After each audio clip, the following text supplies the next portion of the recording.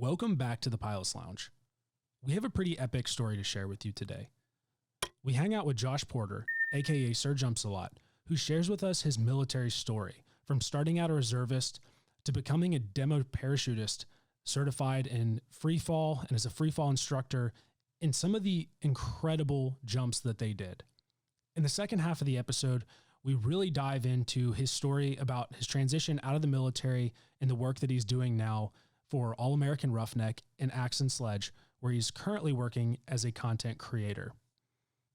I would like to take the time to let all of our listeners know that in the second half of this episode, when we dive into Josh's personal story and the things that have affected his life, we do discuss a lot about mental health awareness as well as suicide. So always remember to check on your friends. And if you need to talk to someone, reach out to friends, family, coworkers, whoever it might be. The Suicide and Crisis Lifeline is also available 24 hours a day if you just dial 988. Your life is important, and we want you here. From wherever you are listening, sit back, grab your cup of coffee, and thanks again for joining us on what is going to be one of our most epic episodes of the Pilot's Lounge podcast. What's going on, Battalion? This is John Gray, host of the Hangar Z podcast. We love the Pilot's Lounge podcast and know you do as well. Hey, when you're done here, come check out the Hangar Z podcast. We're the first and only podcast promoting the personnel and equipment behind the missions in public safety aviation. You can find us at hangarzpodcast.com or anywhere where you listen to podcasts.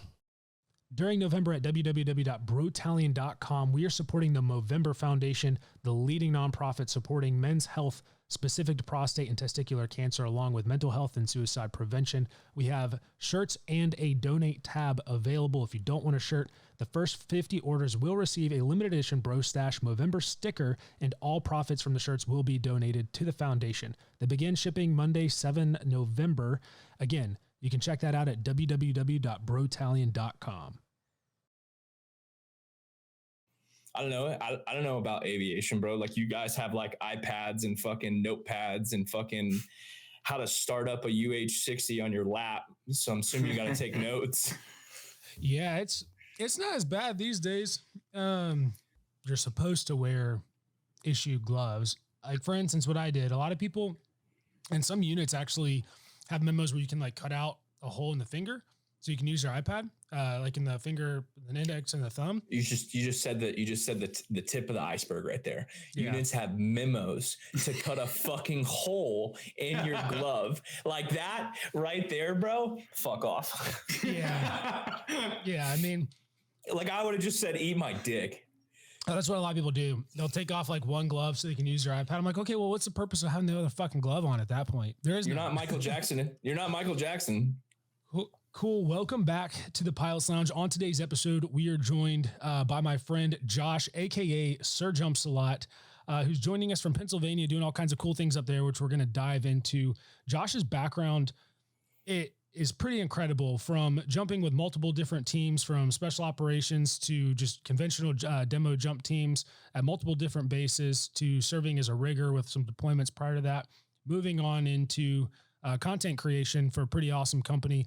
Josh comes to us with all sorts of experience, from both, you know, his experiences in the military to transitioning out, and then also a huge breadth of experience on actual content creation and managing a large scale social media platform and how he grew himself. So it's really awesome to finally have you on. I know we've talked about doing this for a while. So again, Josh, welcome, man. Yeah. Thanks for having me, guys. Excited to be here. Yeah, for sure. So something that we typically do, and we can kind of start off before we dive into everything else that we'll get into, something we do on the Pilot's Lounge is called Table Talk. And I know because you're not a pilot, it's going to be a little bit foreign and it doesn't quite have the same effect. But in aviation, when we're going to fly, or when you're going to go do an evaluation or fly with like a newer person, you'll sit down and you'll do what's called Table Talk, which is basically whoever that junior person is getting grilled with questions, or maybe just ask questions so that they can get ready for the flight. Well, here on the Pilot's Lounge, it's a little bit different. It's us just throwing out rapid fire off the wall questions from any category in the world that we choose from to kind of get the creative juices flowing and get everybody comfortable talking. I know Brett probably has pondered some and is ready to fire off. Fire away, bro. All right, I got a good one to start. We might get into it later in the show, but how many more likes do you get on a post with your shirt off versus without your shirt on, or with your shirt off versus with a shirt? Dude, I've had more likes on a post clothed than I have unclothed. Like, bro. So if you understand any sort of algorithm, like just think about that shit not existing, because so many things come into play when it comes to that. Like, it's not just like you can be the juiciest, biggest motherfucker on the internet and you can get like 120 likes and like that's fucking eat a dick. And then you can look like a dad bod like me and fucking go wear a long sleeve and go to the gym and get 4,000 likes. Like, it's all about the timing, the music, what you put on it, what you're doing, what your caption, where you're tagging. Like, bro, like my shirtless pics, which I like, I mean, you can scroll through, like, I don't think I have that many, but they don't get that many likes. And I incorporate them now just because it's like in the gym. Like I work out in like a private gym. So it's like, it just is what it is. But there's really, and I say this light-footed because women on Instagram and TikTok that are, we're not going to say shirtless, but just very Curvy, like, not curvy, but risque, like risky, but you don't see, like, you're not leaving anything for like the imagination. Like, you're clothed, but you're not clothed. You know what I mean? And that shit will fucking skyrocket with some basic viral audio. It's absolutely ridiculous. The content is on like our platform. Like, I see you guys post on Brotalion. It's like, you know, I'm not going to say his name, but you both know him. He's a 64 pilot and he had some pretty dope videos from his most recent deployment. And he was doing some fucking dope shit. And I was like, those videos are dope as fuck. And he was like, yeah, but like that wouldn't get engagement on his page, but you guys post it and it gets engagement, or someone else posts it that, you know, it gets engagement. Like, but the original creator doesn't get the actual, like. It's funny that you say that too, because there are a couple pages that have poached content to post and they won't tag the original creator or the original owner of that video or whatever else. And for a while, I will say we used to care. I would say we used to care about that a lot more than what we do now. But I think now with the community and the size of the page and its scaling, like, there's enough love to go around. But still, there was a time when it was like a daily thing. People would be poaching our content and there would be a group chat of like, tag, make sure so-and-so is tagged. And it was specifically like those videos when they were starting to go viral, you'd see them pop up on all sorts of pages, and we won't dive into who all was posting them. But that was a big thing of like, hey, not posting the original creator. But then it actually turned into, okay, actually it doesn't matter because some people were sketched out by them. And you know, what's funny, man, is like when you get into like content now, it's fucking rinse and repeat. Like, my job is to be original, right? Like the things James and I do, or the things James and I posted or that I bring to this company need to be original. We don't need to rinse and repeat, right? Like I made this comment to myself the other day. I was like, man, because, you know, I posted a while ago, like, you know, we were doing like slow-mo walks, like showing off apparel and doing stuff like that. And like a couple of the videos got like 100,000 views. And then next thing you know, over like the last couple of months, I just see every swinging dick posting a slow-mo walk with a song. And it's so staged. It's not like it doesn't look authentic. And that's just walking with like, that's like, hey, let me have a Brotalion shirt. I'm going to go walk, make it slow and put some music on it. That's wash, rinse, repeat right there. So like the originality of the content on Instagram and social media has died. Yeah, I'd probably agree with that. And I know Brett, especially being the living, breathing voice behind the Brotalion like main page itself, can probably attest to that being very true. And a lot of it, I think, is based off the audio too that you're using. 100%.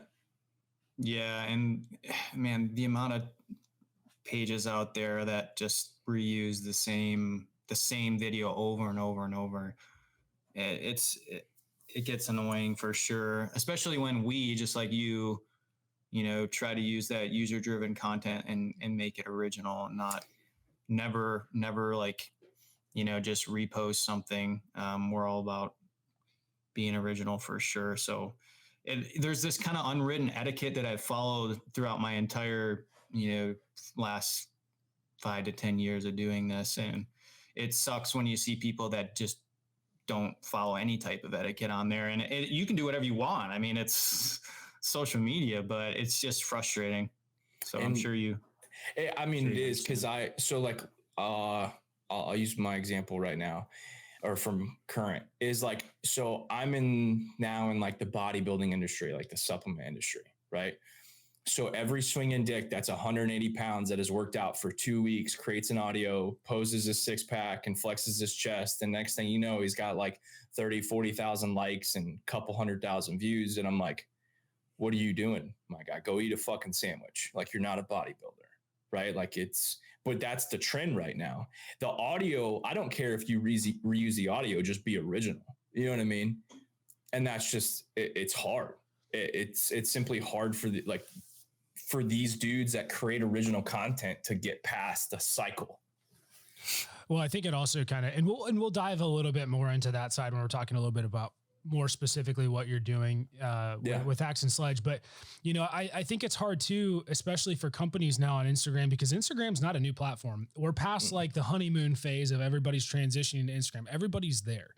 The thing with it though, is now you start to see that, you scroll through your feed of reels, and exactly what you're saying, you could even click on that audio and you're going to see 500 posts that are the exact same. But the problem is that there's no promotion of anything outside of some random page or just because I think it looks cool. And I think that's fine. But the downside for businesses is I think that there's not a great way for them to get engagement anymore, or as much as what there used to be. But we don't have to dive into the structure of how Instagram wants money for advertisement and all that kind of stuff to be able to be seen. I mean, we don't even have to dive into the advertisement. Just look at the content that you posted, Brotalion posted like a year ago. It doesn't meet the engagement that it does today, right? Look at the content that I posted a year ago. It doesn't get the same engagement that it does today, right? Because, and there's no, like, you could put money behind it, but it's not organic growth. And that's what we all want. Right? Like we all want organic growth. And so, me personally, like, bro, it's hard for me to post weekly now. And I have to tell myself like professionally and personally, like, yeah, I want to post daily. I want to, but to like not rinse and repeat content and just be original. Like it's difficult. And I can imagine it coming from a platform where you have people, hundreds of pilots and hundreds of people sending you the same shit every single day. And you're like, cool, bro, I don't know how to make you holding your phone, looking at the pilot's view out of a window, flying at 200 feet look any more cool than what I've done 150 times. Right. No. And I think there's a lot to be said for that too. But even on the company engagement side, like I'll use kind of an off the wall example that's not directly related to this, but for instance, there's a team called Legion of Los Angeles. They're a minority-led cycling team out in California, probably the best professional cycling team here in the U.S. When it comes to bike racing. And they, most of their guys, or most of they really have their top two guys are the Williams brothers, and they both have 120 to 150,000 followers apiece. And they've recently been talking a lot about how, even a year ago or during COVID, their engagement on their posts, like every single post was getting 5,000 to 7,000 likes without them trying or having to put any type of tags or anything. And now on average, they're getting less than 1,000 likes on average for their posts. And they're like, is Instagram dying? How do we do this? And the byproduct of that is all these companies who individually sponsor them because of their following on Instagram are now looking at these engagement numbers like, okay, well, is this even a viable platform for us to put money towards you to advertise on anymore? So I think there's a collective problem, and I don't really know what the answer is. Other than, I think it's a hard look to say, hey, is Instagram a viable platform in the future to advertise on, or what's it going to go to? TikTok? Because I don't want to fucking go to bro, TikTok. like I use TikTok just simply for funny shit. Like you don't find anything super, like you find probably like one or two serious posts on TikTok, but like mine is just simply funny, right? Like I don't find it as an ad as like something, hey, I'm going to buy. Like I don't go look at shooting or flying or jumping and take it serious on TikTok. Right. Instagram is where businesses are made, right? Like without Instagram, some of these businesses would not be in the world. Period. 100%. Look at like Alpha Elite and Christian Guzman and all that they would not exist if it were not for Instagram. Bro, 90% of companies would cease to exist without Instagram. 100%. And I do see that. Like I see some of the things that are happening with bigger pages not getting the engagement, but then like, you know, you look at it and you like, okay, so you take some of these pages and you pick a trending sound from all these bullshit cycles and you make original content, which is cool. Because I saw one of the dudes that tagged Brotalion. He's a 64 pilot. He made that where that chick was singing in the car. Remember that audio where she was like singing in the car and then it had like 3 or 4 fucking clips. Like he was a pilot and he made a 64 reel, bro. It was sick. Like it was super sick. I was like, that's badass. And it wasn't anything. It was him in the cockpit. It was the fucking little yeet cannon on front. He showed some shit and then it showed him taking off and that was into it. I was like, bro, that was sick. Yeah. You know what I mean? And no one else did that. But every other content is just drifting call. You know what I mean? Like you have to take these sounds and just do your thing. And that's the only thing that I've found to do. And some of the shit that I spend hours on editing gets 20,000 views. Shit that I put together in 2 minutes gets 100,000. Yeah, absolutely. I love the originality you can bring with Instagram. And I love the community aspect that it brings for us. And, you know, I'll be honest, we haven't spent a dime on Instagram in probably 2 years. But I do love how you can spin things and make them original. And I've tried a lot to do it myself. I like splitting content with, you know, some of my favorite movies or different clips from YouTube and to bring YouTube. I think that's a huge answer to kind of one of your questions as far as where people are trying to look to transition. I think it's YouTube. I mean, TikTok's there and they're really pushing for it, but there's so much politics behind whether TikTok's going to be around or not. So like, yeah, it's more of a fun thing. Just China knows everything anyways. So That's it's true. not like they do. So, I mean, yeah, I mean, I think the big answer is probably YouTube. I don't know what you think, Josh, but dude, YouTube. So like I hated YouTube because it's one of the hardest platforms to do anything on. Like there's no rules and restrictions, right? Like you can post, and I think I'm more so the rules and restrictions are like the music is what they harp on. Right? Like you can't. It's the copyright claims. It's the copyright shit, right? Cool. But if you can make original content, bro, you can succeed on YouTube. Like 100%, whether it's working out, whether it's flying, with whatever, bro. Like an army page has like fucking 300,000 subscribers, gets 900,000 views on each video they post. And it's a fucking drill sergeant talking about how he talks to trainees. And I'm like, bro, this is the dumbest shit I've ever fucking seen. But it's original content. Like no one the last 10 years has seen a fucking drill sergeant and the way they explain on how they talk to fucking trainees. Like no one knows what happens when you guys go to fucking Fort Rucker for fucking 2 years to become pilots. No one. Yeah. Like we all make memes about it and we laugh about it, but we're like, I don't know what the fuck he's talking about. That's fair. And I think there's a lot to be said about YouTube in terms of just overall, like obviously YouTube is owned by Google, right? We kind of know that, but I think even as a platform, the benefit of YouTube is if you structure your YouTube videos right and you have the right tags on there and you have the right titles, because that's really what it comes down to is the tags and the titles of your videos, because it's not like, for instance, even with the Pilot Lounge episodes, I can't name them the Pilot Lounge episode 35 because that's going to get 0 hits. So you have to be more specific about like Fort Rucker instructor pilot talks about succeeding on A parts. You know, you have to put those keywords in there. You've got to have an engaging title. Yep. You have to make a photo, Photoshop photo of a thumbnail of what you're talking about.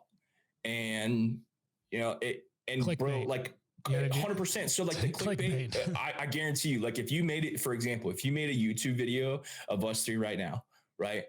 you can put a fucking side-by-side photo of me right now and then fucking 2 months ago when I was in the Army in my uniform, and then you as a pilot, and then you as a pilot, Brett, and it's like, boom, instant views. No, the thumbnail for this is definitely SirJumpsAlot going to flight school ? That's gonna be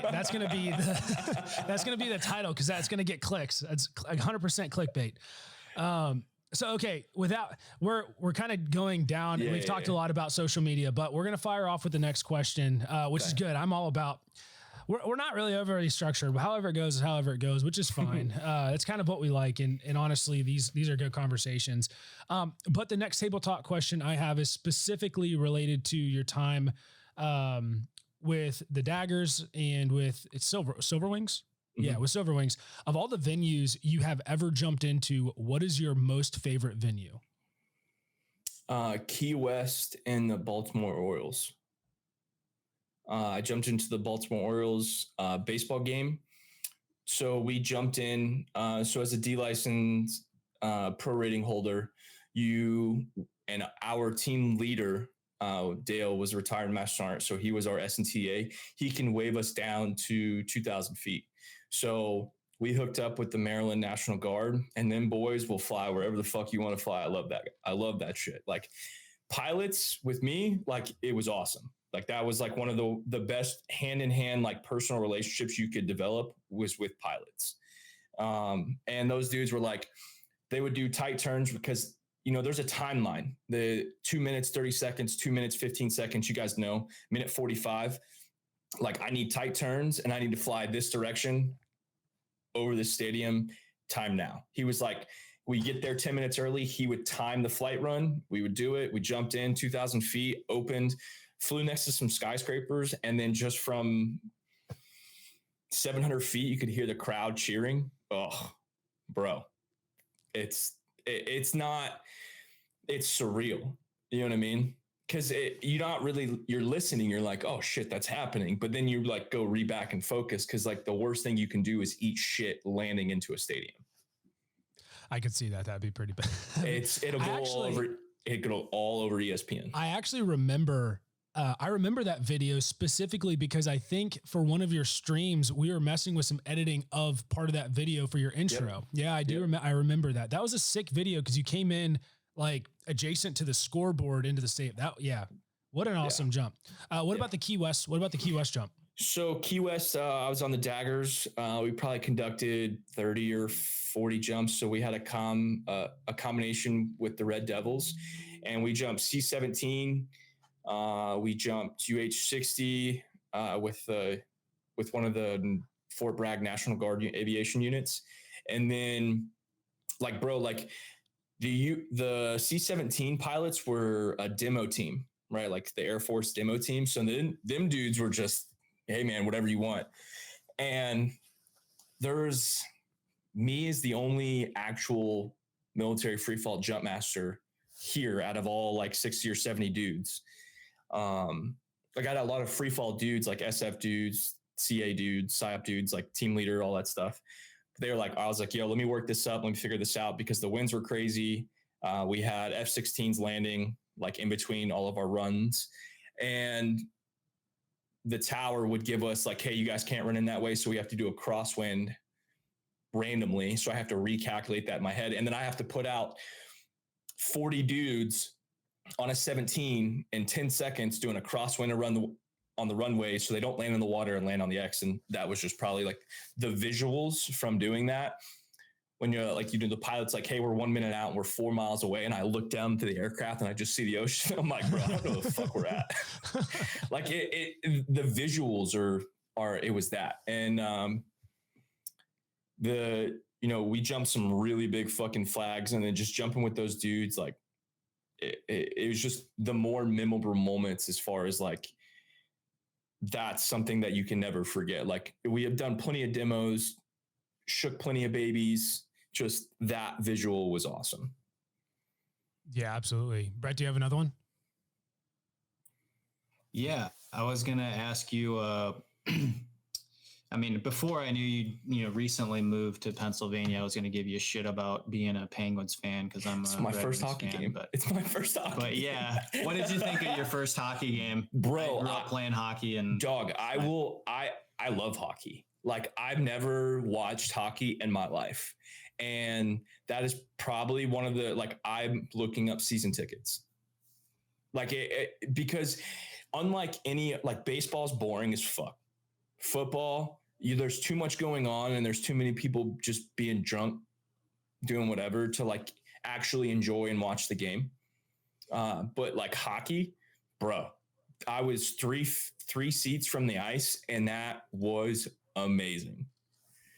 Like a huge hockey fan now. Bought a jersey, fucking it was cool.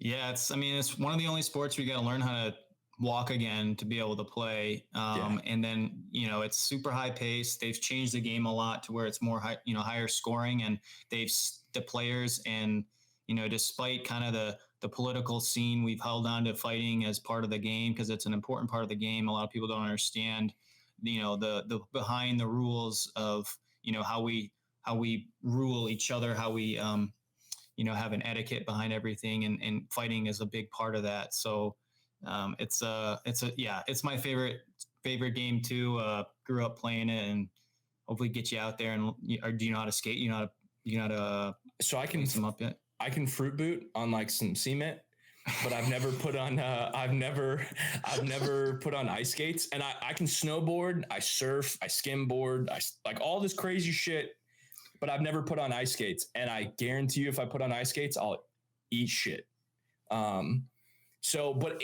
When you said that hockey, so after I went to this hockey game, all of my Instagram was just like watching like managers, like how they control the players and like there's so much more that goes behind hockey than it is just watching. And it's fucking awesome. Hell yeah, man. That's great that you got to see him, and, it's an incredible sport. So yeah. So, one of the funny thing is my buddy, Joel, Hughes, he just retired out of the Army.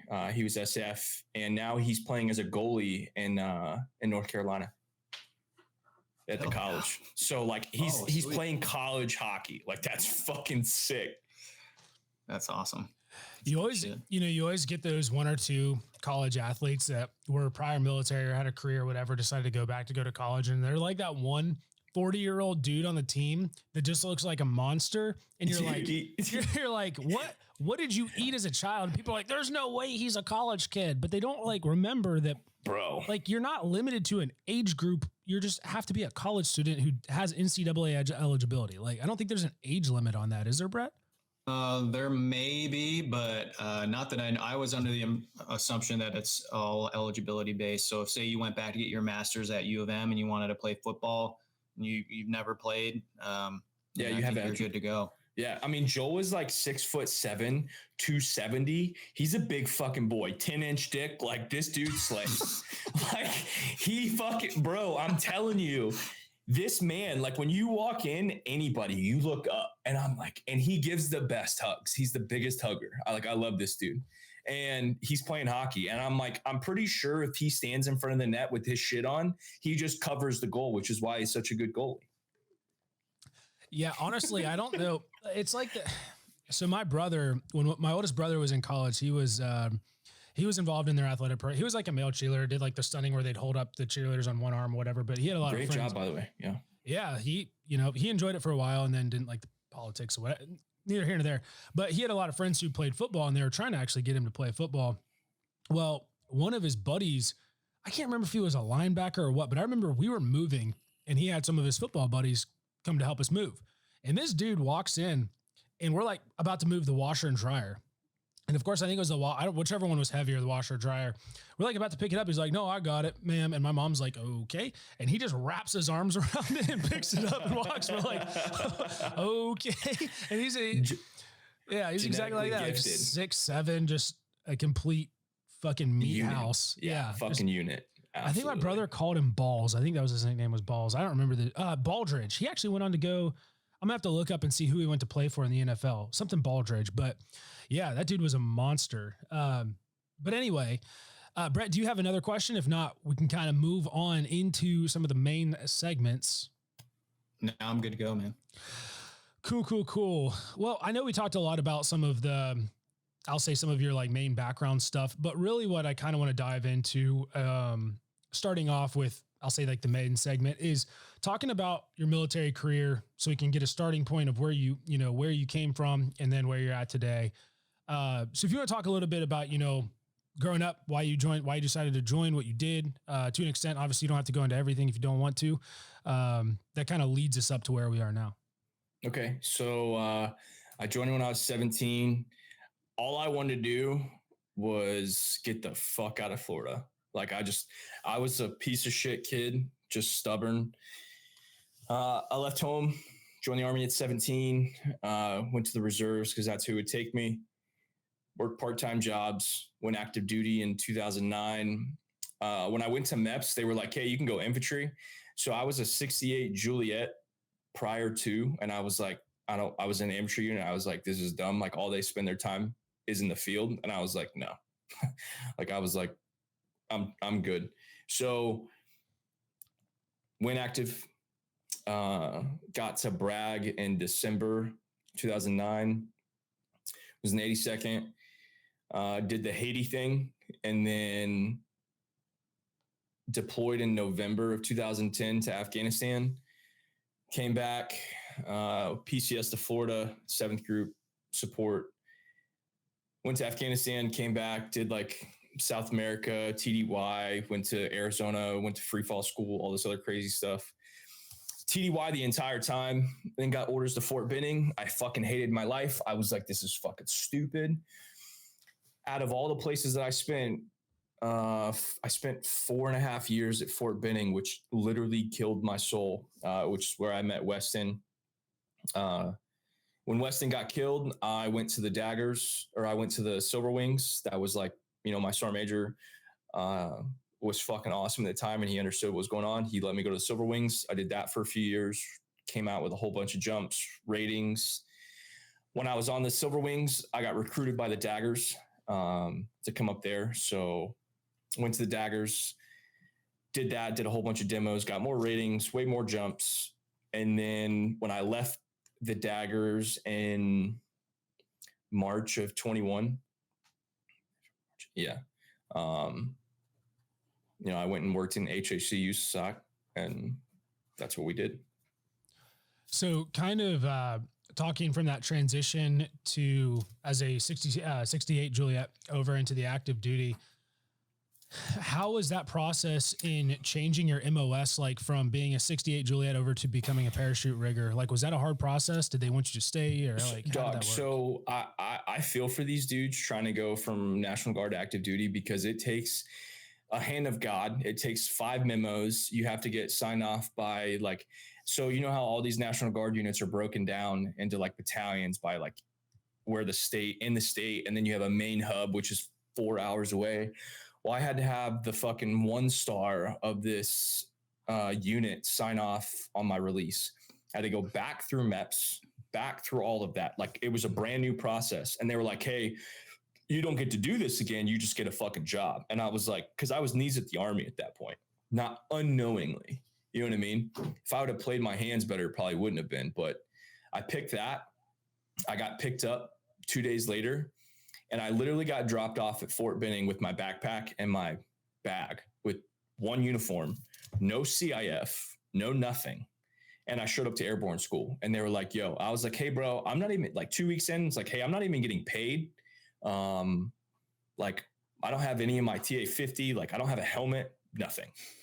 Like, bro, like me as a fucking private, like remembering going through this, I had like the black cat that I had was fucking cool. He's like, what do you mean? And I explained the situation. He's like, bro, and they just dropped you here. And I was like, yeah. So that dude took me to Fort Benning Finance to make sure to start my pay, and then took me to get a helmet and some other CIF shit. And then, from there, go to fucking AIT and brag. But like AIT was a shit show, because when I got there, they're like, bro, you're a basic entry. I was like, bro, I went to basic 2 years ago. I was like, I'm not like a fucking fresh private. And that was a shit show in itself. and then got to Bragg and everything was fucking, kosher by then. So rigger AIT is actually at Bragg? Rigger AIT is at Lee. So you go to airborne school and then you go to AIT. Okay. Gotcha. So obviously, even though I was at Bragg for 5 years, we didn't jump. I didn't jump. Pilots aren't on jump status unless they're overworking with a BCT in one of those positions. So a lot of I'll say what would normally be the regular life of somebody in the airborne and what they would know wasn't really prevalent in the aviation brigade there. But what does a day-to-day life of a rigger look like? Because I've heard horror stories of it being a sweatshop in there and these 12-hour, 14-hour shifts. Hasn't changed.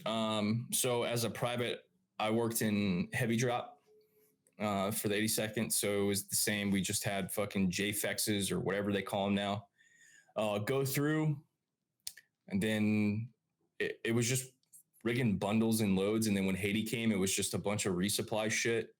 There's a bunch of different jobs that go through, all these dudes work their ass off. They work through the night, they work through the day, they take shifts. You get piss tested every other week just because I don't know why, but we have probably one of the worst fields when it comes to drug testing. And then, on a jump, we did a jump. I jumped with a T10. I think I left Fort Bragg with 24 jumps, but we would jump and we'd do a follow-on mission. We'd do a fucking 6 miler, whatever. And it was it was shitty. You know what I mean? These dudes suck. Yeah. I have sympathy for these guys in the 82nd because their life is fucking miserable. It is a black hole. Dudes get stuck in this unit for 6 to 8 years. Sometimes you can re-enlist if you didn't sign up that long and get out of there, What was that process like getting from the conventional rigger side over to having that opportunity to go to somewhere like group? Dude, they were like, hey, you're up for your re-enlistment. And I was like, where the fuck is away from here? They're like, Florida's open. And I was like, bet, sign me. So there's no special process to go, for instance, if you wanted to go to regiment to go be a rigger, I'm sure that you have to go through RIP or RASP or whatever those programs are. Do they have anything like that for group? So you just have to have 100 GT score. When I went, there was nothing prevalent. You could always if you were a skill level 1, E4 and below, you're going to go there. You're going to get free fall. If you were suited, when I got there, there was a few dudes that had a pretty good ego on them. I had one myself because I didn't spend my entire career in group, and these dudes had, or however you want to look at it. It was just one big dick measuring contest to another, but you had good dudes there. The deployments for us were I did sling load missions all over Afghanistan. That was I worked with pilots, 160th, National Guard, active duty, whatever. And all we did was retrograde and build bases via sling load. Shit that was 80 clicks away. We'd fly fucking tractors out to them, fucking their connects of, weapons and ammo and comms equipment. I was making shit up on the fly because I had the sling load shit that I've never seen. You know what I mean? Yeah, absolutely. Went to free fall school when I got back. That's when my jumping thing started taking off. We started jumping weekly, still did static line shit. And now free fall, as far as, unless you're a rigger, there's no other way to go unless you're a team dude, 18 series. That's 18 series or in regiment or old school LURS, which no longer exists. Okay. Now there are if you were a infantry guy, and you were at Benning and you were, RI of the year, Black Hat of the year, fucking whatever. Those dudes get the opportunity to go to free fall school. Awesome. Yeah. That was one of my questions. So it's a kind of a cool niche, and it sounds like you kind of eat shit for a while in the conventional side, but once you get over to USASOC, it seems like it's a little bit better. When I was the liaison in 3rd Group, 2nd Battalion, and I'd work with the riggers quite a bit, scheduling jumps and getting everything ready for jumps and whatnot. And man, calling over there, they'd always seem like they're pretty either stressed out or really busy or just low on manpower. I mean, bro, the whole field lacks. So I retire tomorrow, so I don't give a fuck. We had branch managers that were pieces of shit, right? When I left, she took every J9 in the field, which is a static line free fall jump master. and sent them to Lee and fucking crippled the field. She took all of them, like out of third group, out of seventh group, out of Fort Polk, out of fucking Yuma, and sent them to fucking Yuma, or sent them to fucking Lee to be instructors. Like, that's not how shit works. So she could give her boys chances to go and be in the special operations field. And bro, like, here's the thing. Like, if you don't have free fall by the time you're a fucking staff sergeant, like, you're not getting free fall, right? Like, there's a few here and there that go, but like, there's things that happen at the lower level that you have to learn. Like, you have to become proficient at packing. You have to be able to teach how to pack. You got to pack reserves. You got to be able to teach how to pack reserves. And you're not doing that as a fucking E6. Like, you're not going to let, and most dudes aren't going to let a younger dude teach them how to do something. You know what I mean? And that was, that was a thing in itself, is teaching people in the profession when you're fucking miserable is hard. So that actually brings up a pretty good point. Talking about, teaching people, especially as a rigger, do you feel that because you had that expertise as a rigger and not only teaching, but doing that job specifically, that it made you better at jumping because you understood what was going on and what was strapped to your back? Yes and no. I mean, if you're trash or trash kind of thing, like, you can't, like, if you were going to teach a pilot how to do something and he just wasn't fucking getting it, but he understood the concept and he just still can't get it. It's kind of like that. Like, it's trying to break bad habits and teach guys things that they don't want to learn or refuse to learn. It's just one of those. Like, it did give me the ability to teach a multiple types of personalities. Like, I could teach the same person the same thing 10 different ways, right, if they didn't understand it. You know what I mean? Yeah, 100%. So kind of looking at, cool, you're a rigger in USASOC now, down with seventh group, and you go on to Silver Wings. How did your, obviously you and I are intimately familiar with that time frame of your life. That was kind of when you and I had started to know each other into that happening. We became pretty close through all of that. We don't have to dive into that here. But that's kind of just prior to that is when I came to know you. How did, not specifically related to everything that happened in 2017 outside of that, but how did just your work culture and your overall quality of life change when you went from that conventional side over to jumping for Silver Wings? Oh, bro, astronomical.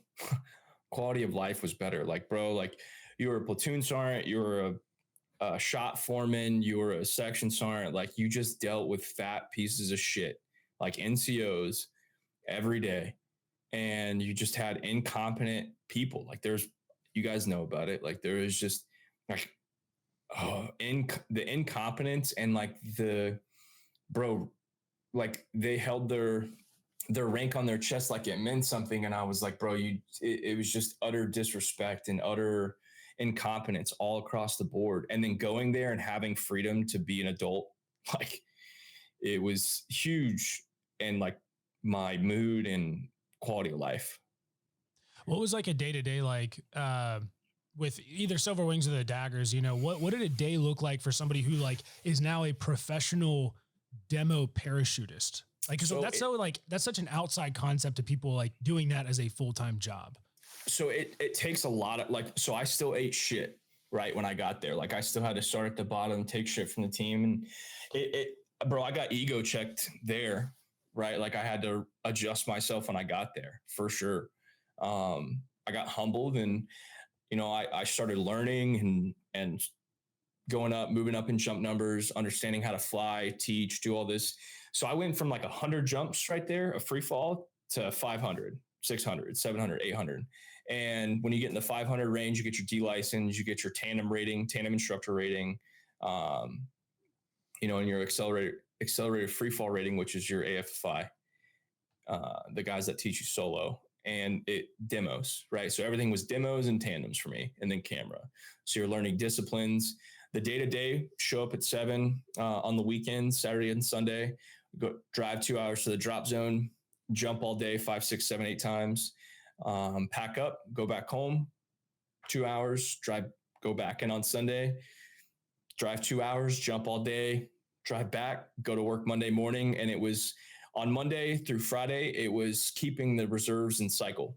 So they have a 6-month cycle, 180 days. And you just make sure you don't have 10 reserves go out in the fucking same day. You know what I mean? And so you do that. You do any maintenance repairs to anybody that landed in trees, burned canopies from smoke, prep smoke. If you had demos, you got the demo paperwork ready, got with the FAA, did all that kind of crazy stuff. And that was the day to day. So kind of looking at specifically, your job related to aviation, because I will say most of our listeners, our pilots are becoming pilots, but we do have a couple people in our audience. I know from just seeing people's posts that do jump. For you guys, what did that coordination with those aviation assets look like? Because obviously a lot of us are used to like a 96-hour air assault planning process and all this shit. But like, how does that look for you guys when you're planning these massive things like a big demo jump into a big city? Like, what does that coordination look like? Like, what are the things that you're asking the pilots? How do the pilots interact with you guys? Like, what does that whole process look like? So it differs, right? Depending if we use civilian pilots or military pilots, and then what we have available, whether we use, a CH-47, a UH-60, the type of demo, the time frame, and then the locality of, what we're jumping. So I'll use Baltimore as an example. Nick was the team leader. So Nick would go through, he would fill out all the proper documentation that he needed for the FAA as far as like a demo jump. So we would send all of our ratings showing that we're verified by the USPA and that the FAA is tracking. We have all of our credentials. He would send them that. Then he would do a survey of what we're jumping into, and then pretty much an op order of like, hey, this is the breakdown. We're jumping from, 2,000 feet, blah, blah, blah, blah, blah, blah, blah. And then it would be, okay, what aircraft can we get?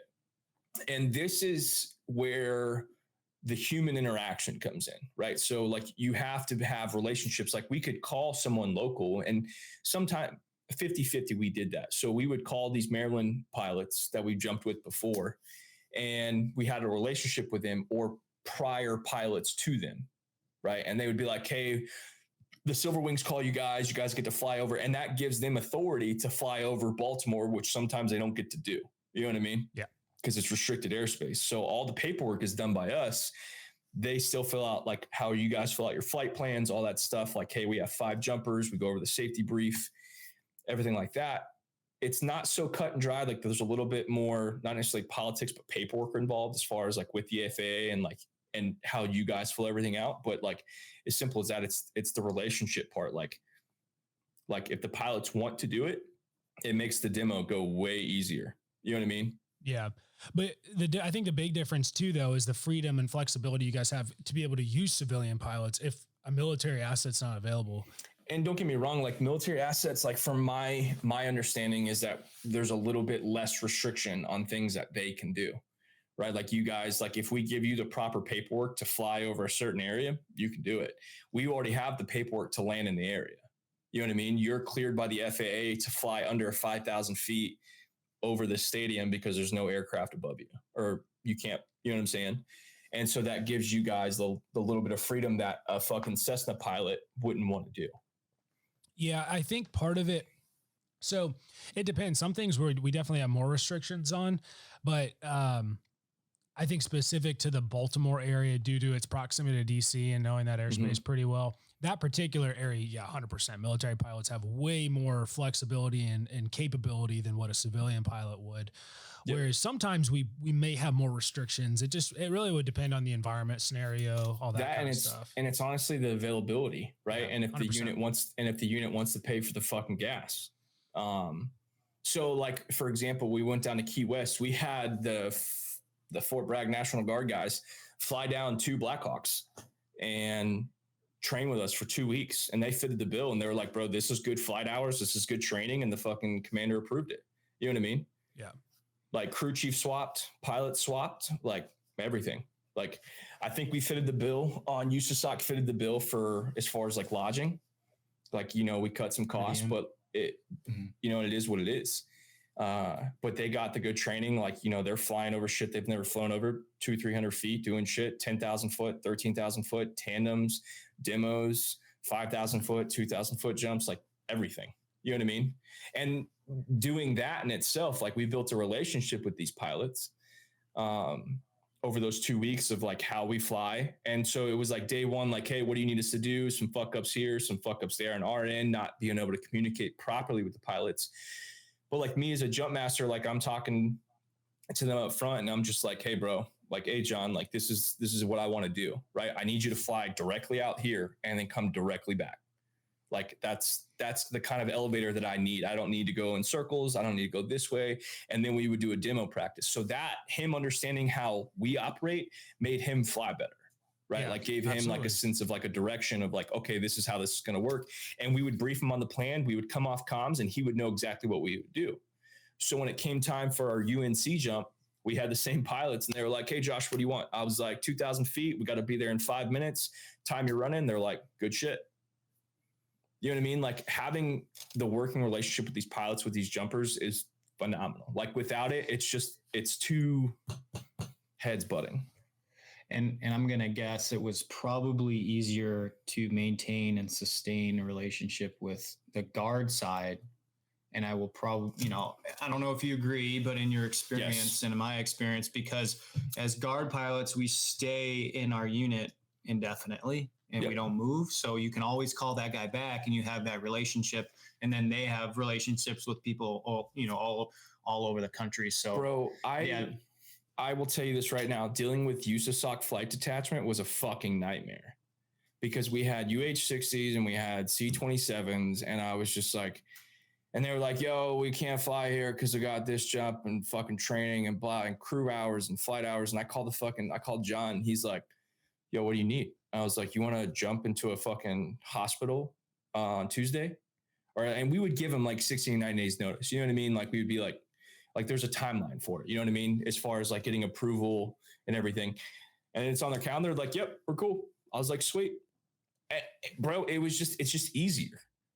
And then if I had to go through like planning military freefall operations with fucking USASOC flight detachment, it's just, those dudes are great dudes, but they don't have the ability that the National Guard guys have.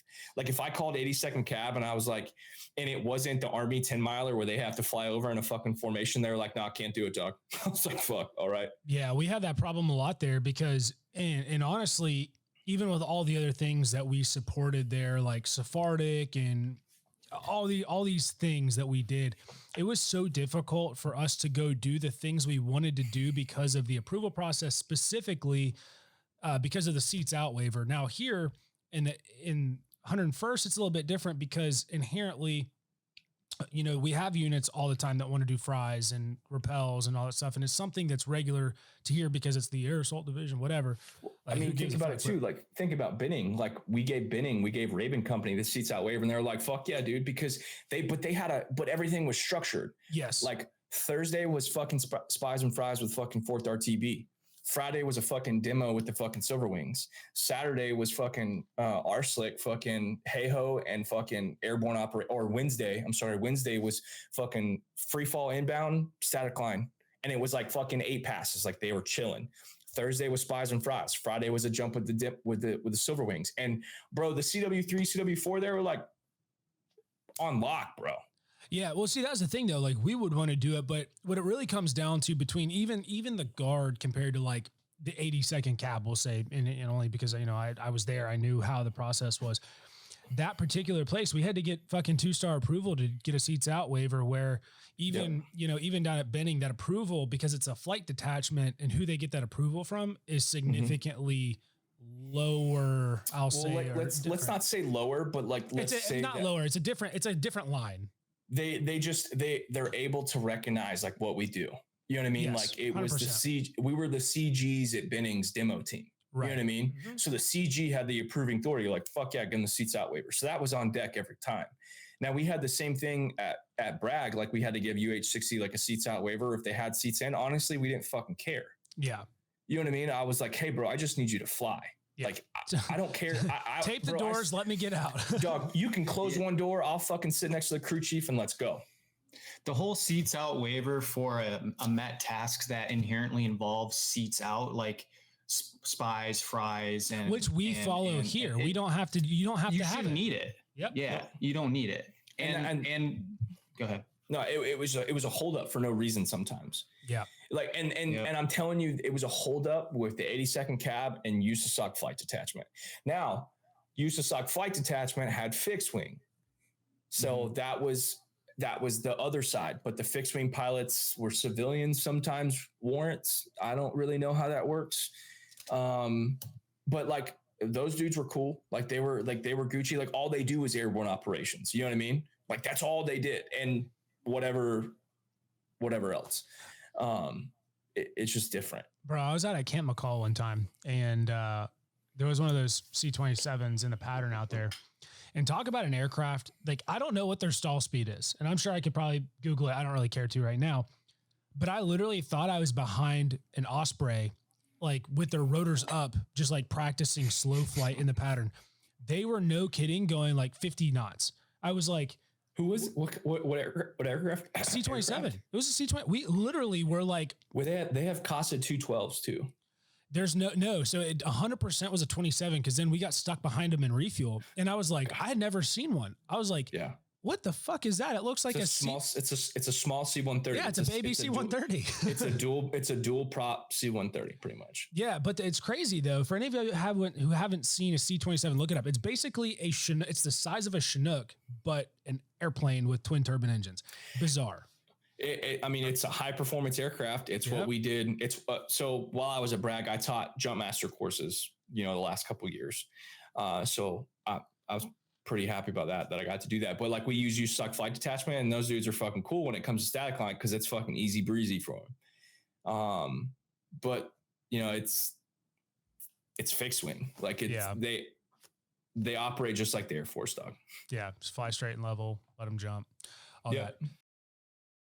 If your unit or organization needs custom apparel, be sure to go over to www.brotalion.com. Scroll down, you'll see the custom apparel link. Hit learn more. It's an easy form you have to fill out. Whether you have a logo or not, we can assist you with that. And we can take the weight off of your shoulders of having to collect orders, collect money, and create a custom link specific to your organization that ships the apparel directly to whoever is actually purchasing it. Makes it super easy. Again, www.brotalion.com. So kind of shifting from there, cool. You did all your stuff. Obviously, here recently you did your medical transition out of the Army, to, they didn't like the idea of you being turned into a woman. So they said, no, cool. You gotta get out. We don't support those transitions.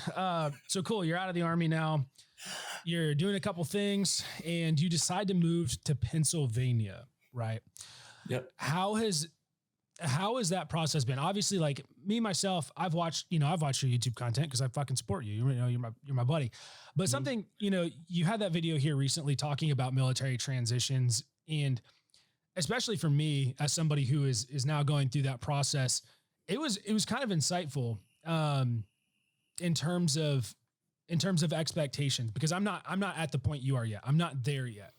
But do you want to kind of talk about your personal experience with just that mental shift as you're transitioning out into something completely not military related at all?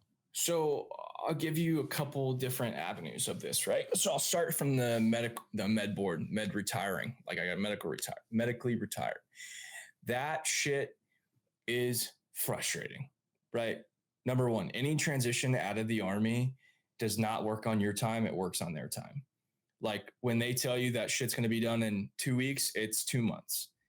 Like you're waiting on a simple approval, paperwork, you're duplicating numerous appointments. Like when I explained that YouTube video, like I realized that I put too much emotion into trying to explain, like, because it was frustrating. Like this shit shouldn't have taken that long. I don't care that it did, you know what I mean? But there's so many ins and outs that you don't have any control over. Bro, the out processing part of Fort Bragg, like the transition assistance program, is utterly fucking useless. The only thing that they have that benefits the soldier is the skill bridge, right? Yeah. Like to allow these dudes go and to go to a job and work and see what they can do.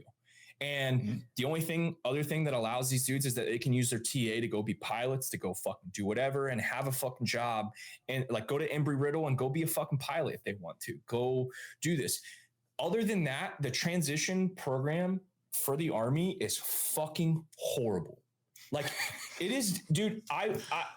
I can't explain how many fucking signatures and time I wasted driving there to be like, hey, what are you doing? I'm retiring.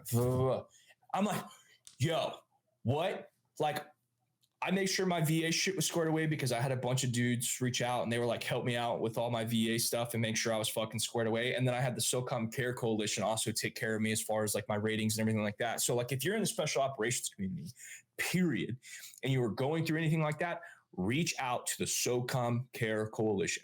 Those motherfuckers are retired pilots, like retired used to suck pilots, retired SF, and people that spent their career in there that went through the shit that I went through, that took a job so that you don't have to go through that. You know what I mean? Like those motherfuckers are the people that actually give a fuck about you. Second point, fuck that transition process. Like mentally, dude, I was drained. The level of stress that it brings, because like my unit and my first sergeant and my commander are asking me like, hey dog, where's your shit at? And I'm like, in the cloud. You know what I mean? Like I have no fucking idea. But when it was all said and done, and bro, I signed a fucking leave form. I made sure my VA shit was done. I got my 199 side saying that I was a medical retiree, blah, blah, blah, years of service, fixed my fucking ERB, blah, blah, blah. By the way, if you ever transition out of the Army, make sure that you have every fucking document on your fucking ERB. So I had a training jump, which I can't say where, and I didn't get it on my record because the records that I had showed that I jumped, but it wasn't specific to the award, and I was fucking pissed. Like, bro, like they're like, well, we know you jumped here, and it says you jumped here, but you didn't. But we don't have the actual specific documentation. I was like, bro, it's a group award. Like, what do you want? What do you want me to do? Like, it has my name and my social security. It's wild. Got out just a couple weeks prior to me getting out. Axon Sledge, Seth Feroci, Mike Rotten, and Bobby Dotrick invited me up here. They're like, hey, we want to have you up here because we think your content fits our style. So I came up here for a week and a half, got food poisoning day one, made content for some shit. And they're like, fuck yeah, bro, you're hired. I was like, hell yeah. Moving was stressful because I packed my life up in like 3 days. Came up here. They helped me move financially, which was fucking awesome. I can't say to many companies that do that. They helped me come up here. I was fortunate for that. When I got up here, bro, mentally, like there's nothing here that's military. Like no one understands or like the background or like what people go through and all this other stuff. So like I kind of got in trouble just because I was too transparent. I was too open. And then there's things that we have, like, you know, you don't let people disrespect you.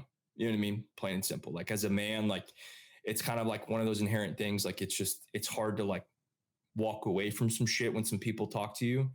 And that's a hard lesson to like, that's a hard thing to swallow, is that like, when I got up here, like I immediately realized that like nothing that I've done over the last 15 years, all the schools, all the jumps, all the training, everybody I've trained, none of it means a fucking thing. And that's real life, right? Like, you know, you have 2,000 flight hours and you go fly for an aviation company and they're like, cool, bro. You know what I mean? Like all this shit that I've done, like none of it mattered. So coming up here, feeling like I'm starting fresh, hit me a little bit, like hard. And I was like, this fucking sucks, because like, what's my purpose? I had a purpose at work, creating content for Axon Sledge and All American Roughneck. And that's kind of like the thing. Like, that's what you really can't get over, is that like, I'm part of a team, but I don't feel like I'm not around you guys. Yeah, absolutely. Like it's different. Like if you like, I'll shit on some veterans because some of them are fucking pieces of shit.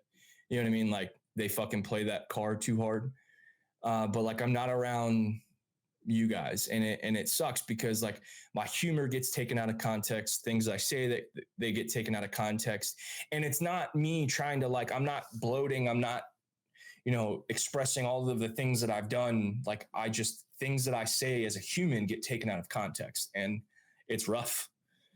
It's different. You know what I mean? Yeah.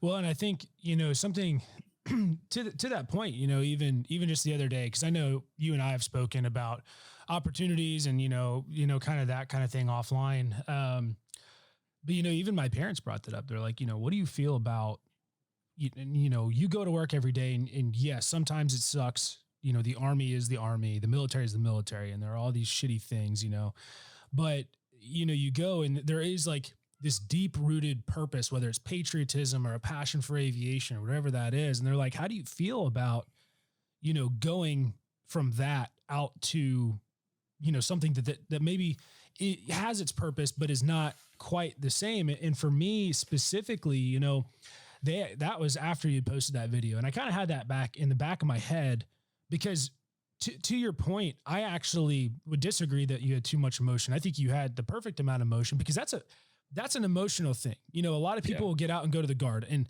I think that has a really good, Spencer couldn't be on, but him and I have obviously discussed this a little bit too.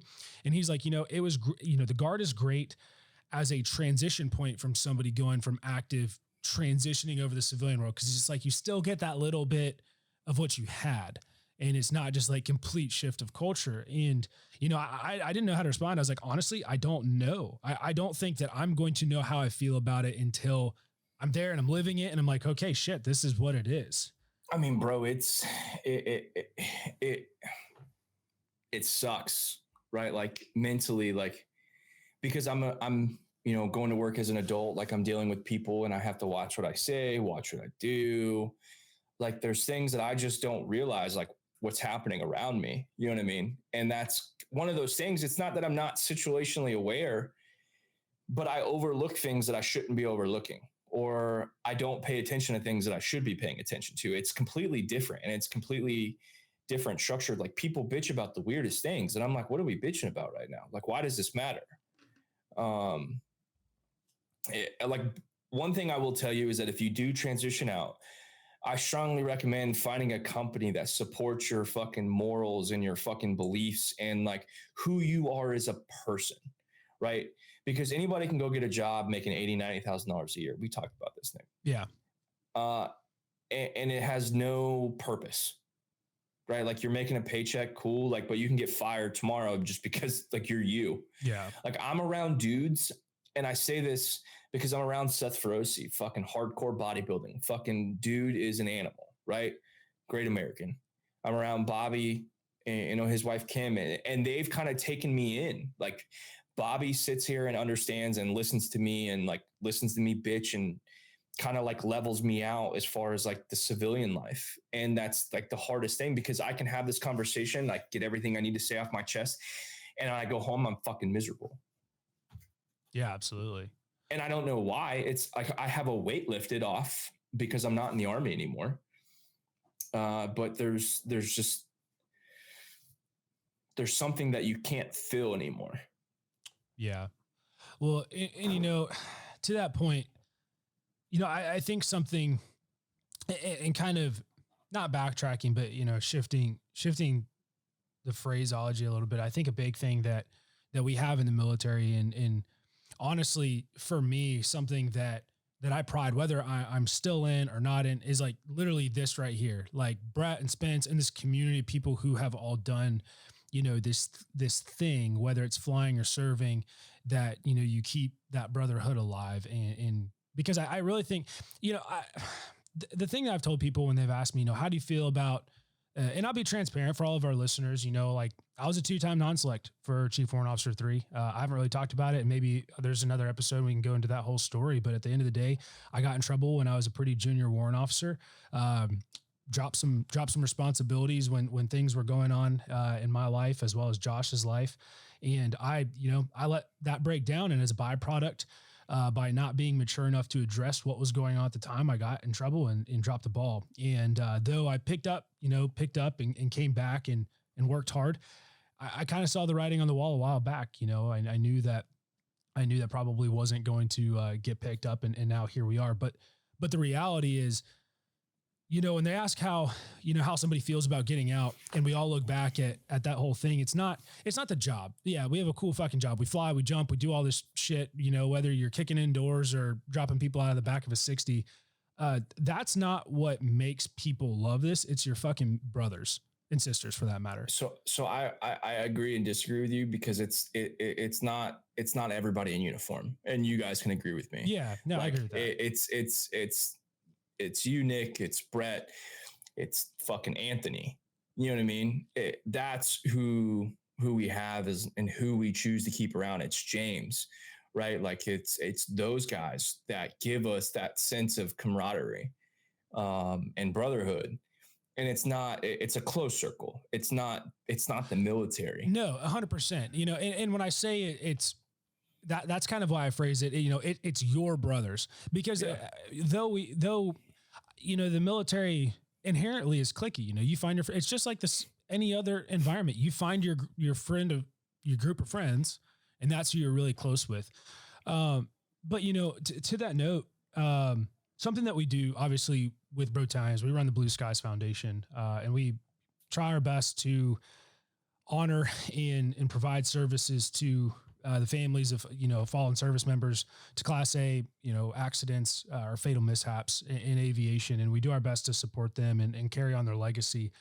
And with the note of our brothers, I think it would be very difficult for us to have this conversation and not do our due diligence to talk a little bit, if you're open to it, about Weston's legacy, because I think of all the people, I don't think we can have the conversation about those kind of people and not talk about the kind of person he was in fostering that brotherhood and those friendships, you know, because I mean, literally, even he's who brought you and I together.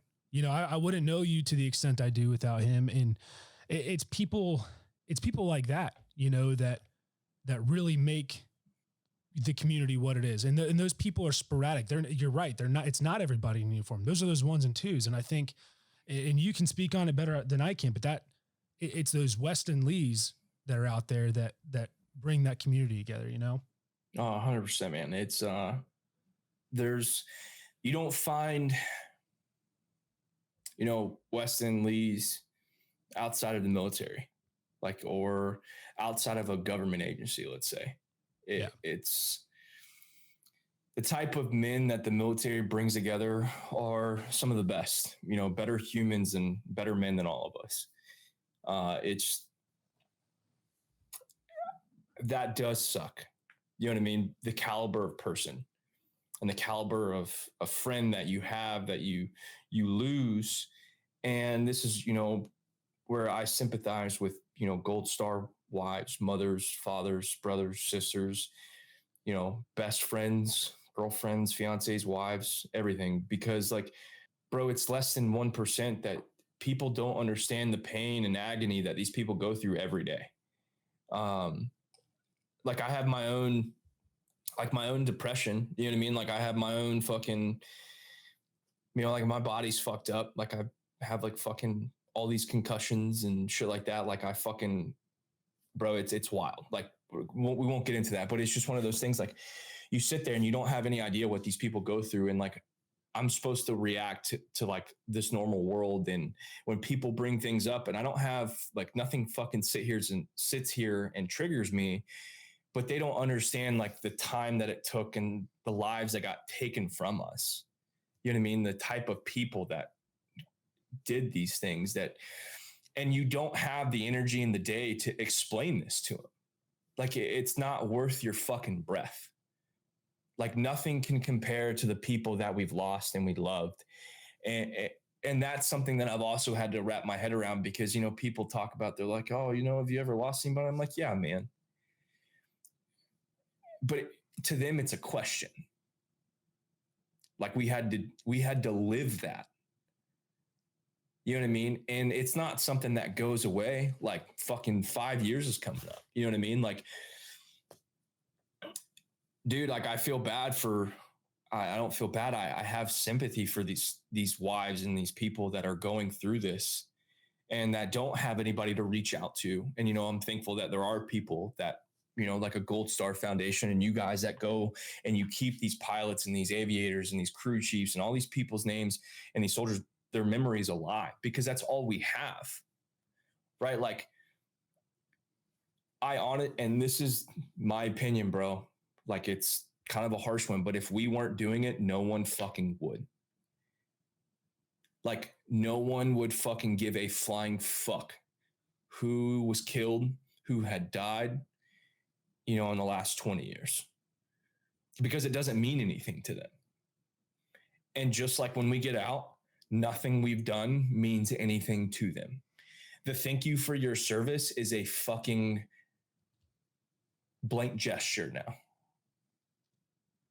Like, we make memes about it because it's funny, but it doesn't hold any weight. Like, when people say, oh, you know, sorry, like, it's an empty gesture, right? Like, unless it comes from like someone like you, Nick, where you're like, yo, dude, I know you're like, you've reached out to me last year on fucking Weston's anniversary. And you're like, hey man, I know you're going through some shit. Like, I'm here for you. And and you know, I'm not in the fucking mood to talk. Like, I go to fucking Arlington and I fucking spend time with him. That's it. Because I have to keep his memory alive, and I think about him and, you know, reach out to his fucking mom, and his mom calls me and Miss Aldine and we text, and it's fucking hard. You know what I mean? But like, they don't understand any of that. And when people get out, they don't realize that all of this shit that they're doing while they're in, and people are actually understanding what the fuck is happening, right? Like the recent sergeant major that I had in USASOC, well, he's a third group CSM now, or a sergeant major and third group. He understood exactly what the fuck was going on. You know what I mean? When you get out and you go work for a company, they're like, I don't fucking know who fucking Weston Lee was. Why the fuck do I care? You know what I mean? Like, and that's the realization of like coming to this. Like, no one will fucking care about these dudes that were killed or anything unless we keep their name and their memory alive. And that directly relates to our service and everything that we've done. And that is the biggest chip that I've had to like let go, is that, okay, cool. None of that shit's there anymore. None of this shit's there anymore. Like, cool. I'm just Josh, just a fucking dude. You know what I mean? Yeah. And I sometimes I feel when people look at me, and this is me, they're like, I get looked at like, why the fuck is he here? Like, he doesn't fit in here. Like, people that I work with or some shit like that, they're like, I don't really fit their vibe. I don't know. You know what I mean? I don't know how to deal with that sometimes. Because like, you know, if you're a new pilot coming into an aviation unit, you get fucking worked up, you get fucking trained, whether someone likes you or not. And you straight up call them a piece of shit to their face. You're like, bro, you got to unfuck yourself or get fucking kicked out. And it doesn't work like that here. Like, if I said some shit like that, like, I get fired. So just taking a breath and understanding that, like, I know where my fucking moral compass is, and letting that shit go, and understanding that, like, I know what I did and it's cool. And that's all that matters. Like, great. Yeah. No, absolutely. Dude, it's just, that is the shitty realization that no one really understands. Like, yes, a weight's lifted, but like, that weight and everything else that you did is fucking gone. You know, it almost would seem to me like a better addition to the transition, like to the SFL TAP thing, would literally be like a fucking psychology class of like, yo, you put, Nick, when you get out, you know what a better addition would be? You and me sitting in that room talking to these motherfuckers, telling them what is about to fucking happen. Yeah. Like, dudes, not some fucking 6-year-old fat dude that can't tie his fucking tie or walk in a straight line, telling these fucking young 24-year-old fucking pipe hitters, 26-year-old SF dudes that are getting fucking med boarded because they just got their fucking legs blown off, that they're, you know, this is what you got to fucking expect, hero. You know what I mean? Like, shut the fuck up, dude. Like, you need to have guys in a program that allow these dudes and set them up for success. SFL TAP does not do shit. Yeah. None of this transition program did anything for me, bro. Like, none of these programs that the Army imagined would have benefit does. Like, you need real fucking people. You need service members who spent time, like the SOCOM Care Coalition, perfect fucking example. Yeah. You know what I mean? Like that's a transition group right there. Yeah. That way they have a realistic expectation of what to expect when they go out. Because I think there's this big picture that's painted of like, oh, well, you're a vet, you're going to have all these opportunities, but then they get out and they're not there unless now granted, there are jobs that have specific skill sets that are, applicable to the outside. But I would say that those specific jobs are pretty limited. When you walk into the Soldier Support Center at Fort Bragg and you find a job fair, it's police officer, corrections officer, working in welding because you have that welding thing, or fucking like a trade, you know what I mean, that you can use in that skill bridge thing. And they have certain programs that deal with like electric and fans, and dudes are like, I don't want to fucking do that. Like, who wants to go from fucking 15 years and just an example, like of being fucking SF? Like, I don't want to be a fucking cop. Yeah. I don't want to go fucking work in a jail for inmates. And the other thing is that like the pay cut, bro, like the pay cut's real. Like, to all the National Guard fucking pilots, like, listen to this, and whoever, like, bro, like y'all need to start talking to these active duty dudes and setting them dudes up. Like, that needs to be a thing. Like, hey man, like I know dudes, like I don't have the opportunity to go to the National Guard. I'm not saying I would, but you know what I mean? Like they don't understand what it is in a daily life. Like outside, like there is a huge pay gap. Like when you go active duty, Brett, like you get a fucking pretty good pay increase being on active duty status with fucking flight pay, like whatever, if you're a captain or you're a warrant, you know what I mean? Like that paycheck is pretty good compared to what you're working in the civilian world. Yeah. Especially with all your benefits. So like, there's nothing that like explains that. Like they just tell you on a piece of paper, like, hey, don't expect to make what you're making in the Army and blah, blah, blah, blah, blah. And like, that shit's true. But like, I'm reading it on a piece of paper and listening to it from fucking 80-year-old Becky sitting behind a computer that can barely fucking see her computer screen. Yeah, that's true. And most of them are retired, earning a full pension from the military itself, working at some contract job at teaching people how they should transition out when they've never truly done it, Yeah. But now, Josh, sorry, go ahead. No, yeah, man, send it. I was just going to ask, are you, you probably miss that camaraderie of like the jump teams and whatnot. Are you in, are you still civilian jumping and kind of in clubs and different things like that? Or yeah, so like where I'm at, like the closest to me is Cleveland, Ohio. Go there and I'll start working back in like a rotation of getting current, doing tandems and stuff like that. Like I want to get my foot in the door and like set like a work rotation in so that like I had like a rhythm at work, and then I'll go do that. And that's definitely something that's missing. Like I've tried finding part-time jobs as a law enforcement officer. I need to go to an academy, and trying to do an academy when I work a 9 to 5 Monday through Friday, trying to get the Act 120 is an 11-month long process. You know what I mean? I, reached out to a fire department, and I started taking online college classes to do Fire 1, Fire 2, and EMT, so I could work part-time as a firefighter, so that I could have like a sense of service and do something again. That's me personally. Like that's not for everybody, but like that it's something that like I felt that I needed. I not for the money. It's the caliber of people that are in that organization. You know what I mean? It's the same kind of people that are in the military. Like a lot of fucking pilots work for fucking a law enforcement agency. A lot of fucking SF dudes work for a fucking SWAT department. You know what I mean? Like, I'm not saying that like the military like didn't, but I want I want a different sense of purpose. Like I want a new adventure. You know what I mean? And I feel like, after 15 years, like, yeah, I'll probably go deal with some political bullshit. But if I was working at McDonald's, I'd deal with political and who's fucking on my air fryer and ice cream machine. Same shit. You know what I mean? I don't think you have to worry about the ice cream machine. That shit's always broken anyway. Yeah, it's always broken. But like, you know what I'm saying? Like I have the need to do something more to fill that gap in like myself.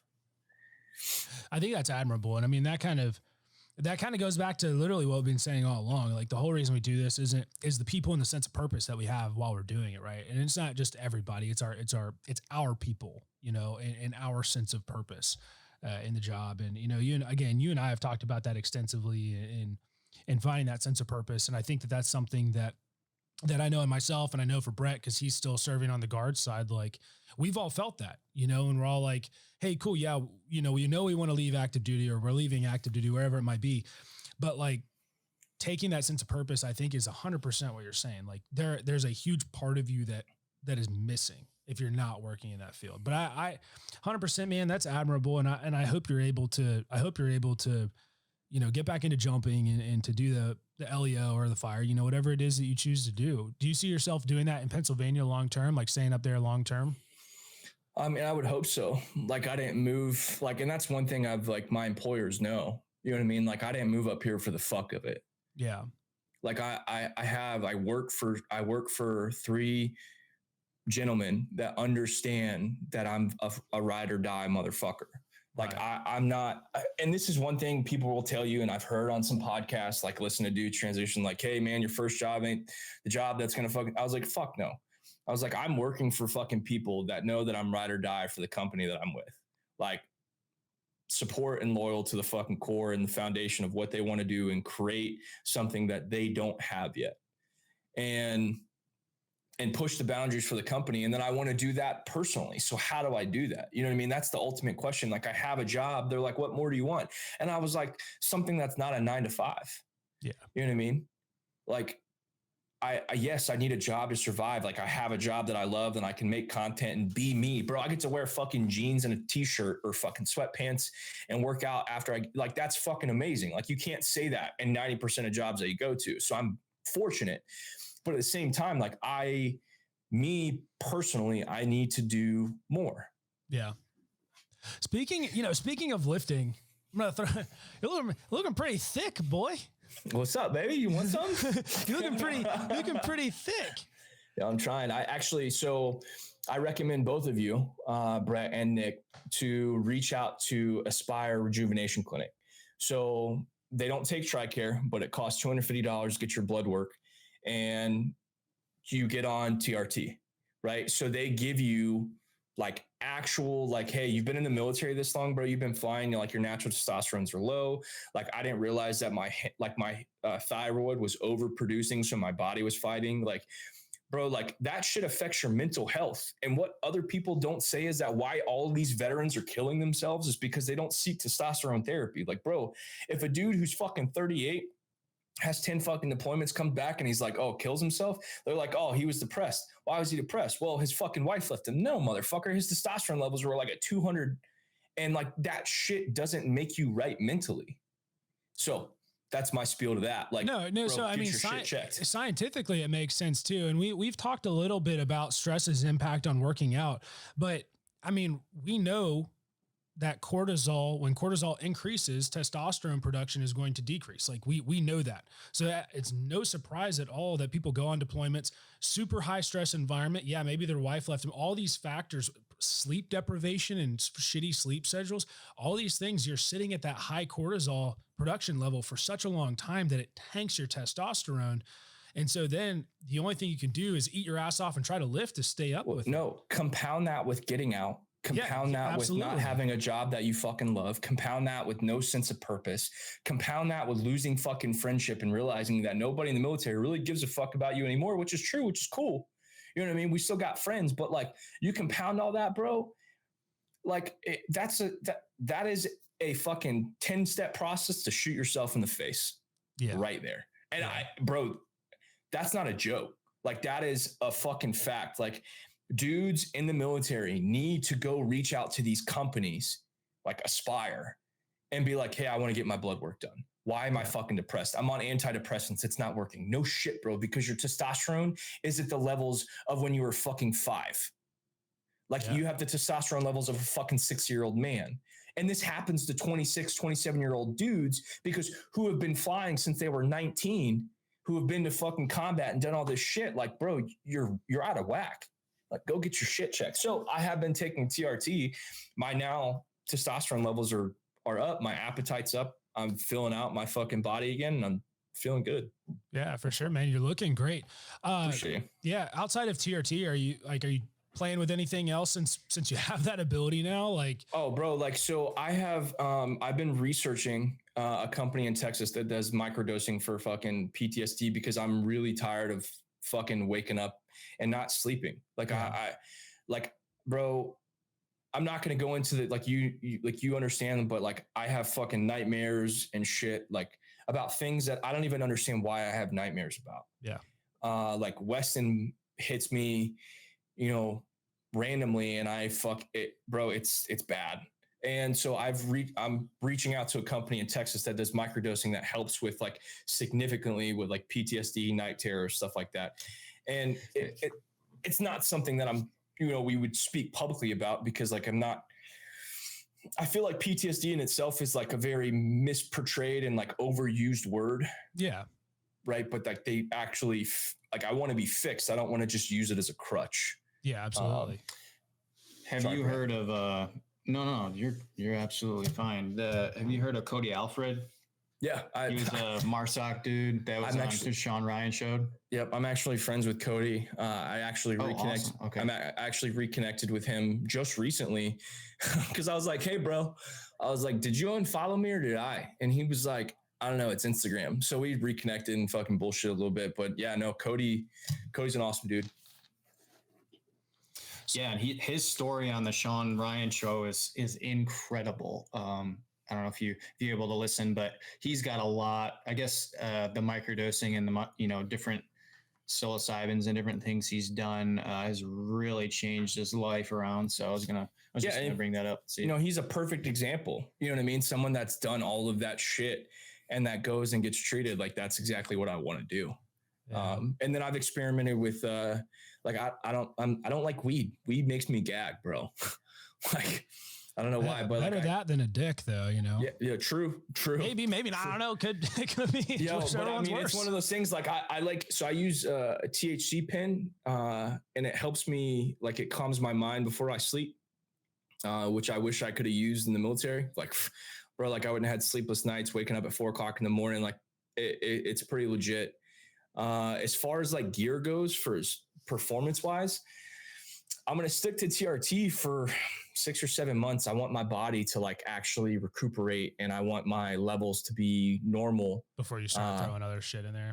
I start throwing other shit in there. Yeah, that makes sense. I feel like, it's interesting you bring that up and specifically, I remember back in the day, in North Carolina, obviously Fort Bragg is Fort Bragg and everybody and their brothers. What do they call it? What are they trying to rename it to, by the way? Freedom, Fort Freedom. Yeah, Fort Bragg all day. Yeah, okay. So it's always gonna be back at Bragg. But it's crazy because looking back, I mean, you and I were at Bragg in the day of like fucking what was it wasn't SARMs, it was what was before SARMs that everybody took. Not growth hormone. It was like the over the counter thing that literally everybody could take. SARMs. Then it got banned. I know what you're talking about. Yeah. It was like DMZ and shit like that. Yeah. So, but you could like get it over the counter, and of course, it created really bad side effects. Yeah. Because you. So all right. So let me tell you this, right? And this is my knowledge. If you take a fucking product and a pill, and it has four products in one pill, you're not taking shit. You're literally throwing shit in your body, and you're fucking it up. Go do some research. There are companies that sell legal products of SARMs that are 100% or 98% tested pure, right? Bro, if you dudes in the Army, if you pilots that want to go get fucking big and be fucking healthy, look into SARMs, right? Cool. That's one way. Or go to fucking Aspire and look up fucking TRT. Like, there are so many healthier ways to fucking do that. Like, oh, bro. Well, then, and the reality is the byproduct is you get a lot of these young dudes that are taking all this shit. And we've all, I'll say everybody's been there. You're a young dude. You want to get jacked. You want to get swole. You're in the gym working out, or maybe you're an endurance athlete and you're trying to get stronger. You want your dick hard for like 4 hours. Yeah, I get it. 100%. And so you've done all this. You've done all this, but now you're 30 years old and you're like, why the fuck am I? I'm only 30 years old. Like, why the fuck don't my dick work? Yeah, exactly. It's limp all the time. I'll be 100% with you. Like I have like legit ED. Like it's a fucking real thing, bro. But again, it then goes back to like taking that mature look at it and being like, hey, look, cool. I got to fix my body and I've got to do the right thing. And I think again, it goes back to the supplement industry. And I won't say the supplement industry, I think it's better now, but a lot of it, years ago, it was all of these over-the-counter growth products that you could go buy. Well, the problem is a lot of that shit had lasting effects on people that their bodies aren't even recovered.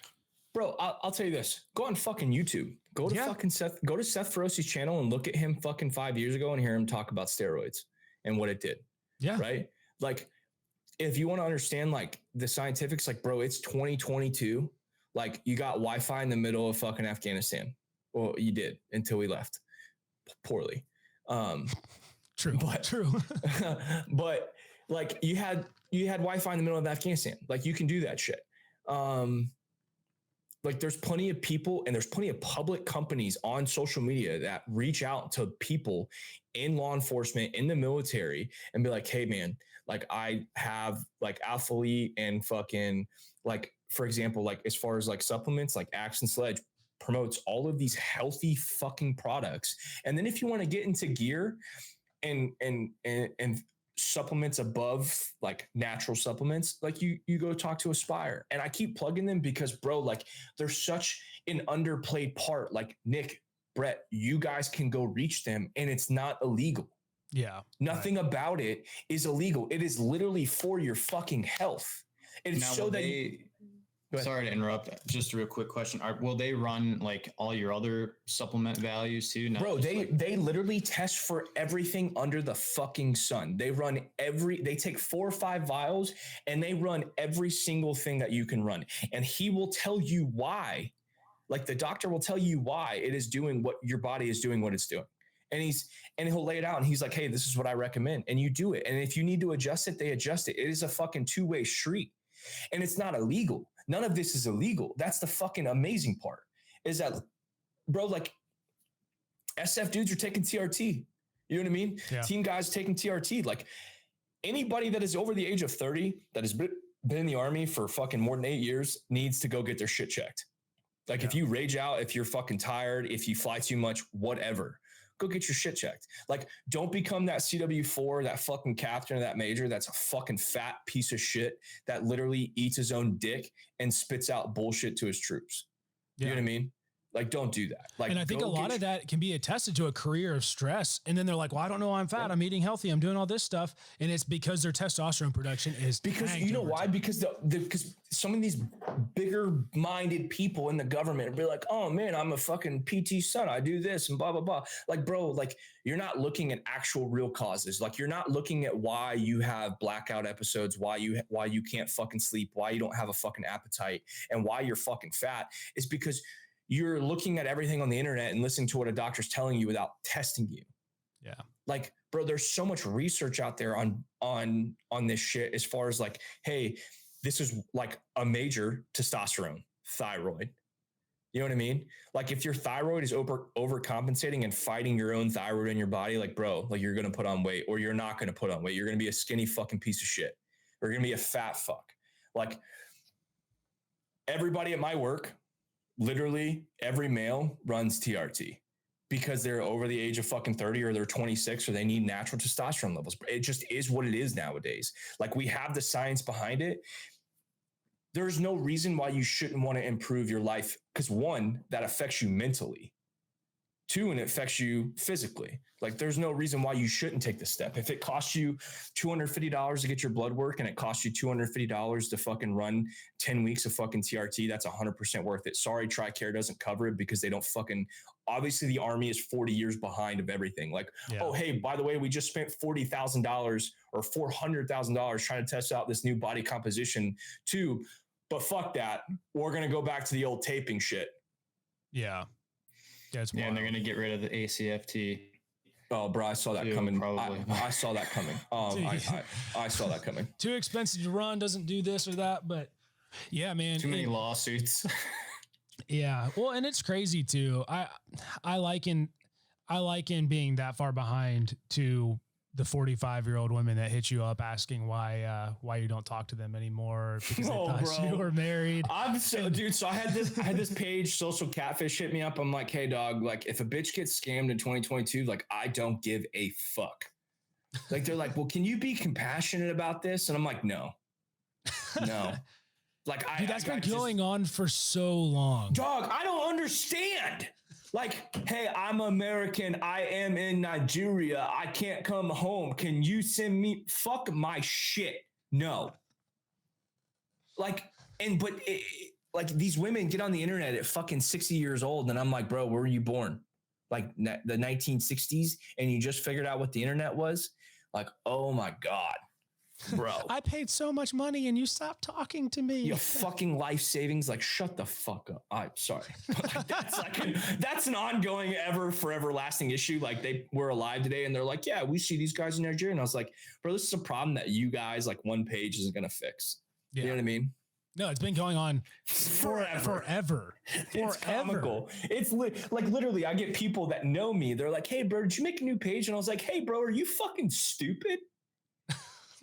Like it says I'm a pilot in Nigeria. No. That's the why. Yeah, dude. It's crazy to me that after this long, like people wouldn't have caught on. And aside from like the basic, because I've seen the screens, I've seen so many screens over the years of just like basic English composition. And I'm like, how do you read that and think that that is someone who graduated from, well, granted, I can't say the American education system because there's a place where it's not great. Because some of these fucking women are fucking retarded. Dog, I don't understand. They're like, I have 5 kids, and I was like, they're dumb, aren't they? You're their mom. Like bro, put them in an orphan clinic because they do not belong with you. like it is so bad. God, I'm sorry. I'm not, but fuck them. Yeah. So I know we've been going for a while now, kind of talking a little bit about the way ahead. And I know we didn't really talk about a whole lot of it, but you were on the NBC Titan Games, met and hugged, watched it all when it posted. You were in the Discord with me when I went live. Yeah, dude, I sure was in the Discord. Saw you hug Dwayne "The Rock" Johnson. Also, how did you like? I know the height difference. Did you feel it? Was it hard? I called him small on national television. Like, man, I thought it was bigger. You did call him small. I remember that. I literally go, he held Vinny and I was like, this is Vinny. And he petted him. And I was like, he thought you were going to be bigger. I remember because the commentator was like, did he just, wow. Yeah. And then she goes, has anybody ever called you small? And he looked at her and he goes, no. I was like, that was my shot and I took it. Yeah. But, so obviously we know how that ended out. You were jumping over the wall thing, had a little bit of you like fucked up your groin, didn't you? No, I fucking threw out a rib. Yeah. So are you planning on going back? You might not be able to talk a whole lot about it. Dude, there's been no talk about another season of the Titan Games. And I think COVID kind of ruined that. Right. And like, no shit. Cause like there would already been, I think 2 more seasons by now. Cause that was what, season 3? Oh, season 2. Season 2. Back to back. Yeah. Okay. So like, that came out in 2020 and then 2021. And then now we would have had another. So I think it's kind of like past that point. Right. Yeah. Okay. Yeah. That was a pretty cool thing to watch you do. Obviously, you know, that was a national stage, and kind of going back to what we did before. A lot of people don't know, you know, your gift to Dwayne Johnson was literally honoring, you know, our friend Weston, and to see that and to bring that awareness on national television. Mm-hmm. Literally kind of hits home to the whole point of brotherhood and what we talk about and keeping legacies alive. Cause I think, and you know, you spoke a little bit about that impact on you at the national level. Obviously, you know, it was kind of limited, not quite as much as what we've gone into here, just for obvious reasons, public stage versus more personal setting, I'll say. Yeah. But, you know, I think that's so commendable. And of course you get the people out there who don't understand, and we get the same thing with Brotallion. They think that we're doing what we're doing for clout or for fame. It's not that. The people who I think that don't understand the brotherhood and the camaraderie that exists in that community, or with those friendships and those brotherhoods that like drive that. It's like, no, you don't understand, because I live with this every day. And while maybe we don't know all of the pilots who might perish, most of us have friends who have perished, and those names don't leave your heart. Right. And so while maybe we can do what we can to honor them, you bring out that purpose and that passion to bring that awareness and keep everybody's name that you can alive, because, you understand. You understand? Maybe they didn't have those close friendships and those people who could bring their name to that national stage. But, I think that just says a lot about you as a person. And obviously, you and I have been friends for a long time, but, for those who don't know you, just to get that picture of who you are and the things that you've done and the efforts that you've made to truly it's not just words, it's being a person of action and letting that passion in that idea of that brotherhood drive you to be better yourself, which I think the culminating thing, it's, I had one comment from 2 years ago stuck out to me. They're like, "Oh bro, why'd you bring Weston into this? Is that just for clout?" And I was like, "Bro, if I wanted to do it just for clout, like I would have made it about me and everything."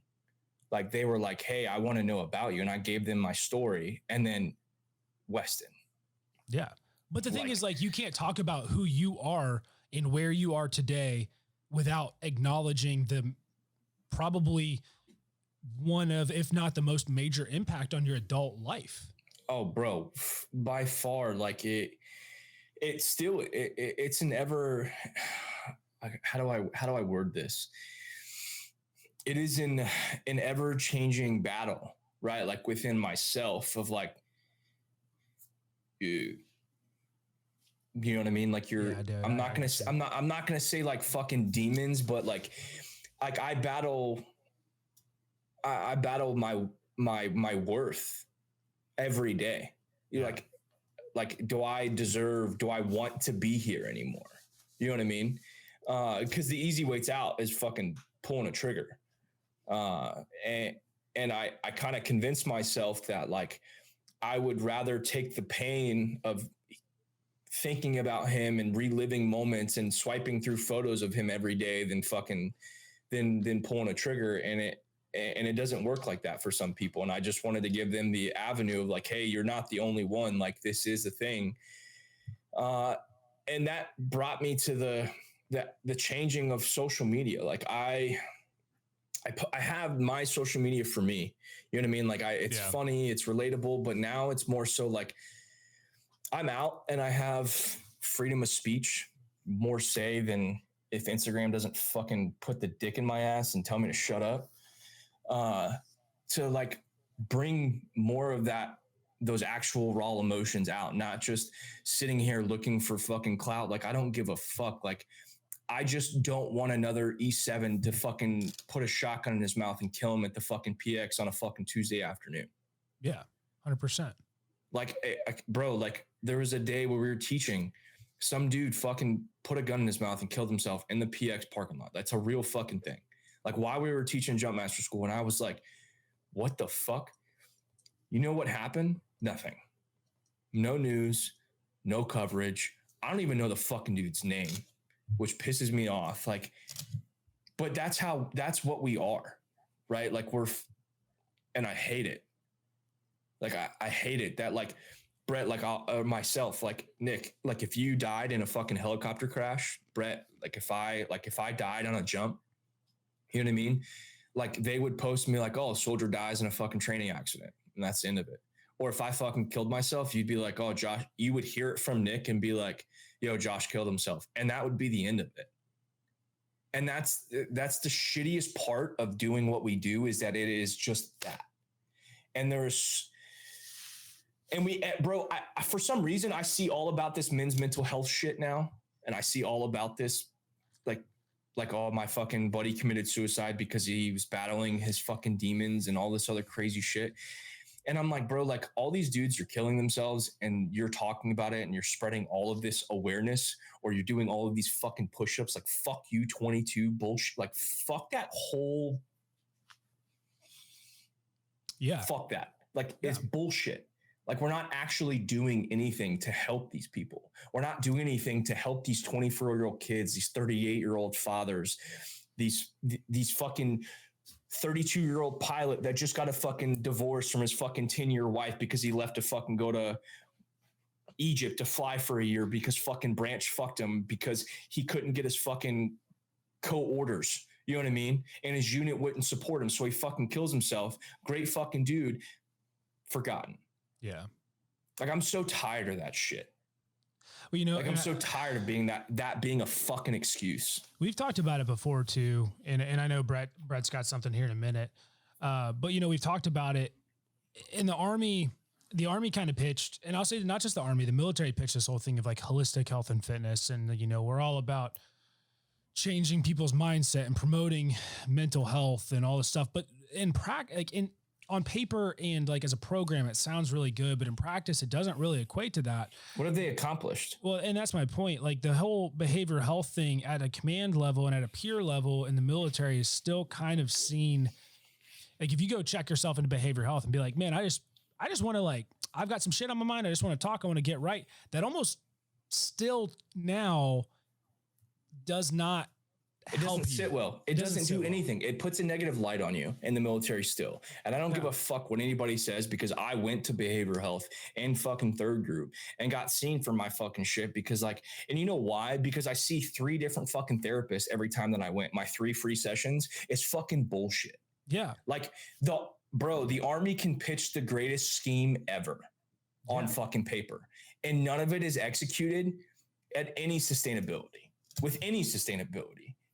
None of it. It's all fucking bullshit.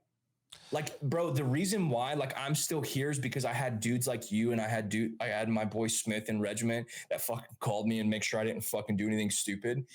The Army didn't fucking do a damn thing besides me going to my leadership and having a fucking sergeant major that understood and was compassionate to me because he had lost fucking dudes. And he was like, dude, go away. Take all the time you fucking need. I don't give a fuck. And that's what he told me. Yeah. We don't have that anymore. These dudes just come out, get treated like shit, and they're fucking kill themselves because of something. And it's, well, and a lot of them can't. I mean, you could go seek outside help and not face that same not repercussion. I don't want to say repercussion, but that same stigma. But then, like, a lot of these guys, again, it goes back to the pay thing. Like, most of us are okay, like, after you've been in for a while. But if you're talking like guys who've been in below that 10-year mark, most of the time you're not making enough to go be able to afford seeing outside help. And then you report to TRICARE. If they take TRICARE, then it goes into your health records, and then there's all this shit then pulling you back in that stigma. So the whole thing is just kind of a perpetual problem in that I don't think there's, personally, because, you know, I've talked to a therapist before. I don't think there's anything wrong with it. Even if there's not anything wrong with you, I think there's so much benefit to building self-awareness, where you're at mentally, where you want to go, and have that mental pathway to get there.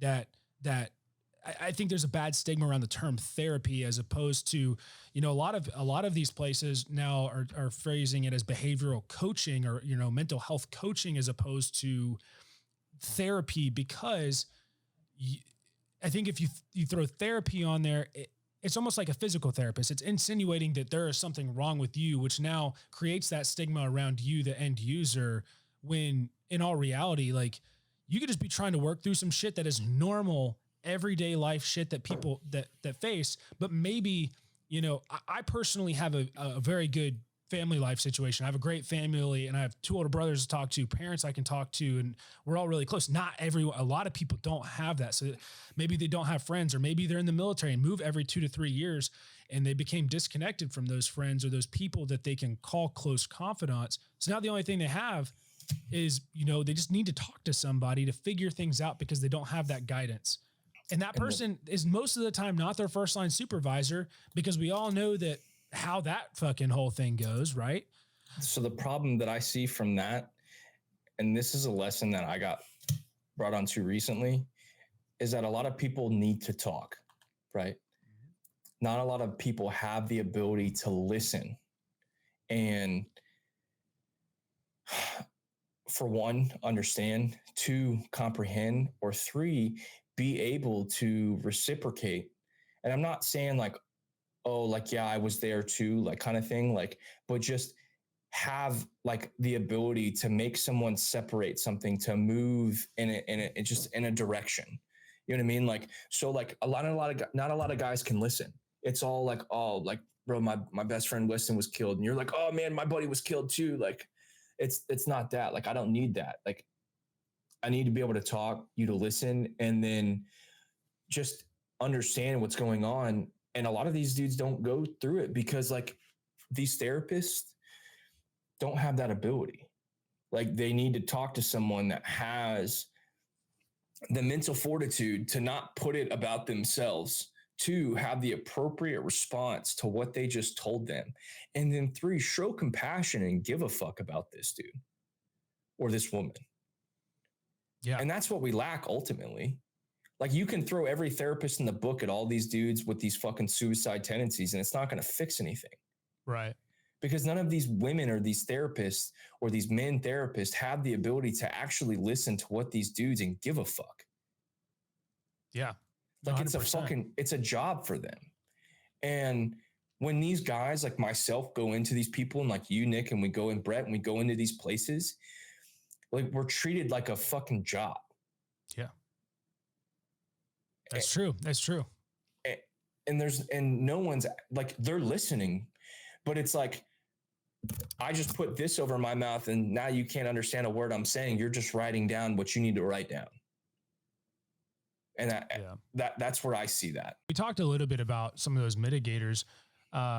Specifically, we kind of talked about a very similar topic to this at our Auction in Austin podcast.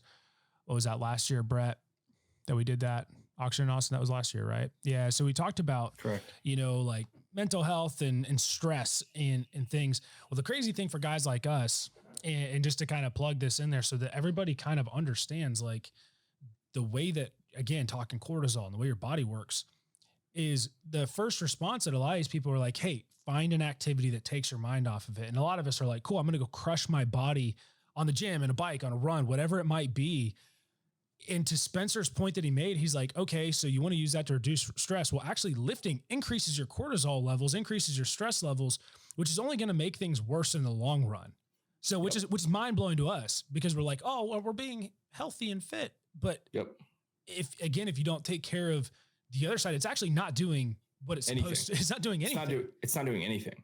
Yeah. So it's just like, okay, well, where does it go? And I think, to your point, it's 100% the people that you're talking to, whether that is a more specific type of program of people who've been there and actually care, like, and those programs are out there where you have some of those very experienced, but you know where they're not? In the regular army. Yeah. Where we are. Yeah. Where we are. We're everyday dudes who go and kill themselves, where we are. Like, these programs are not in arm's reach. And that's the problem. I don't care. Like, if we go to a symposium in Texas, I don't care if we had a symposium at Fort Bragg. Like, bro, you could put the fucking product in front of the fucking soldier and it's still not in arm's reach. Yeah, absolutely. Like legitimately, that it doesn't work like that. And it doesn't work like that for 90% of these dudes. So there takes guys that are, can spend 20 minutes coming to listen to this podcast and listen to this segment and be like, okay, cool. I need to find this, because I hate working out. I fucking hate it. Like, I literally despise it. Like, I do it because, like, I want to abuse my body. Like, it's a fucking mental fucking thing for me. But what I find passion in, bro, I have this fucking nerd setup. I love reptiles. You know what I mean? And I know. I'm aware you fucking like reptiles. I would just fuck that. Absolutely fucking not. I just have to say, like, you have to find things that are just completely not in the military, not in your everyday life. Something that you can come home and put your mind to, that's you're not thinking. Like, and I'm not saying reading, I'm not saying writing. Like, I don't fuck with that whole write your thoughts down, give them to me, and like, let's talk about it. Like, fuck no. Like, bro, like, find something that you enjoy that you've never done. Yeah. You know what I mean? Like, to that point, that's actually the whole reason that I got back on the bike here this year and started racing again. Hey, you told me that. Yeah. Like, because Brett's probably over here like, bro, these dudes are just talking my fucking ear off. No. Oh no. I mean, I'm planning on learning how to play the piano. So yeah, that's one of my things. It's all there. But that was, like I told you, that's literally the reason I got back on the bike. Like, I haven't completely stopped lifting, but I was like, man, like, cool. I love my job. I love flying. I work with awesome people. I get to do this and meet awesome people and talk to them and share their stories and experiences and bring that to our audience. But like, something isn't there. And I had this like it just felt like something was missing. So I started looking at things. I'm like, okay, well, what was I passionate about growing up? I was passionate about aviation. I got into bike racing and doing triathlons. I'm not doing triathlons now, but like the thing that stuck out to me as I looked back as a teenager, and I'm like, man, like I was out on roads, like public roads out in the middle of the countryside as a 14, 15-year-old dude before I even had a driver's license, just exploring for hours. And it's mindless, but it was so relaxing. And then I got into racing, and there's a whole aspect to that. But to your point, like, yes, it's still exercise and it still is in that category, but mentally it is not the same as the gym, because I'm the same way. Like I go to the gym and like Brett's a monster at doing like fucking complex movements. And I don't find, like, I'll do them, but I just don't find enjoyment in doing that. Like I don't enjoy doing deadlifts. I don't enjoy squatting. Yes, I'll do it, and I'm going to do it because I feel like I have to hit performance goals that I've created for myself for whatever fucking reason. But, but like it mentally, it's not the same as like getting on fucking a mountain bike or a road bike and just leaving and being by myself out in the middle of nowhere, either listening to music, just mindless. And really what came out was just the views. Like I've seen some of the most amazing shit, probably the most amazing shit I haven't seen from the aircraft have been out in the middle of nowhere on a fucking bicycle. Like, you know, I mean, I can't say because some of the best views have been under a canopy, but right. Yeah. Same thing with flying. Like it's the same thing. We go through this, and I fucking hate to bring it to a point of like realism, but nothing that we do nowadays is not going to cost money. Like, bro, getting a road bike, it's like $4,000. Get into a fucking reptile hobby, fucking supporting it's $2,000. Yeah, but you like, bred snakes, you fucking psychopath. Yeah. But like, I have like other shit now, so it's cool. But my point being is that like, I just want to be like real, like understand, like, don't be scared. Like, don't bring financial stress to yourself, but just understand that like, don't be scared to spend money because bro, like that, what is it going to do at the end of the day? You're saving up so you can buy a fucking house and die the next day in a fucking car accident. Like it just fucking, who cares? Like, don't bring financial stress to yourself where you go drop 10 G's on some dumb shit, but don't be scared to go spend some money to go have some fun and find something that you can do every day. You can't take it with you. Yeah. So my dad always says, you take it like, with you. Find a passion. You can have a fucking, like for these privates, like they got a couple $100, like, bro, go buy a fucking skateboard and learn how to fucking skate. Like, you know what? Go to the movie theater and go buy a fucking projector and learn how to fucking work on something. Like find something. It's going to cost money. Like nothing is free nowadays. And it's shitty, but you have to like none of this. Like, it's just, oh bro, you got to find something you enjoy. Like I love going to reptile shows. Bro, I will spend stupid money on animals. Like, I don't fucking know why. I just love it. But, Brett, let's bring you into the loop here. Oh, yeah. I mean, finding a passion is huge. You know, something's a passion when that's all, like you were saying, that's all you think about when you're doing it. And that's definitely, I think, a great way to kind of, you know, recage yourself mentally. But what I was thinking about is, you know, obviously you were an athlete as a kid, probably played, you know, various sports. Do you ever think about coaching? So I have a, like my instructor rating and my instructor ratings allow me to coach people. I have thought about coaching. I just, bro, like I'm not sports inclined to coach sports.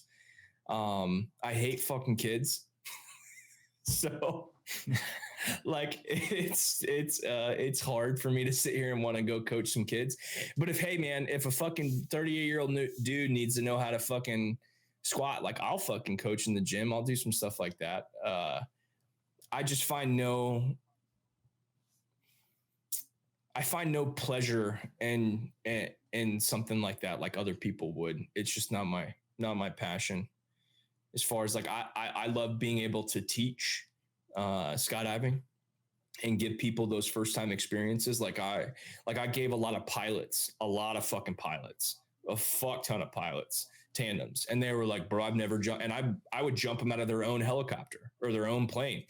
Like, no shit. He tried to get me to fucking tandem with him. And I was like, no, I don't want to feel your boner the whole fucking time. Yeah. In Key West, we took a C-17 pilot who was flying the plane, strapped him up at 15,000 feet and took him out of the plane. Like, no shit. No, like. Are we briefed for that? Bro, we were like, cause he was like, hey, he was like, cause like it was a colonel and a major. And he was like, yeah, we'll fly up. He's like, but can I get up there? Can I jump out? And I was like, yeah, I don't see why not. He was like, hey, are you cool with that? And he was like, yeah, I'll land. Like, it was fucking sick. So like this dude literally came down, took off his fucking flight jacket. He's like, can I wear my aviators? And I was like, yeah, just put these goggles over them so you don't fly away. And we fucking took him out of the plane. Yeah. Yeah, but I don't think they would let us do that. I mean, okay, I'm not going to say it on the podcast, but fair. We've done. I got you. Yeah. Some cowboys in the guard. Yeah. Yeah. People, Chinook pilots have a little bit easier time getting to the back than what 60 pilots do. Especially if there's 3 pilots. You know what I mean? Yeah. If there's 3 pilots, not a big deal.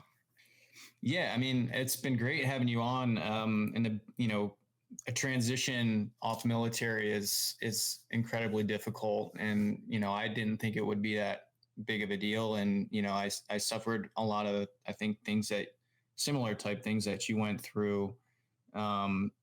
It's hard to kind of comprehend the time that you kind of lose out compared to everyone else in normal world. So that's probably the biggest thing. But, moving away from your transition as you're kind of crushing life now, what would be your biggest piece of advice for those, anyone across the military, as they start to hang it up and leave? What would be the one piece of advice you'd give? Don't hold back. Like, don't stop yourself from leaving. Don't put yourself in a situation where you feel the need to stick around, right? Like, go somewhere new, do something new with the people that you love. Yeah.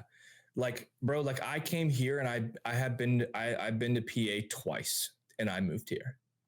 Like, no fear, right? Like when you get orders to PCS somewhere you've never been, like you don't fear that shit. You're like, oh, cool, I'm going to do that. Like, it'll fucking work out, man.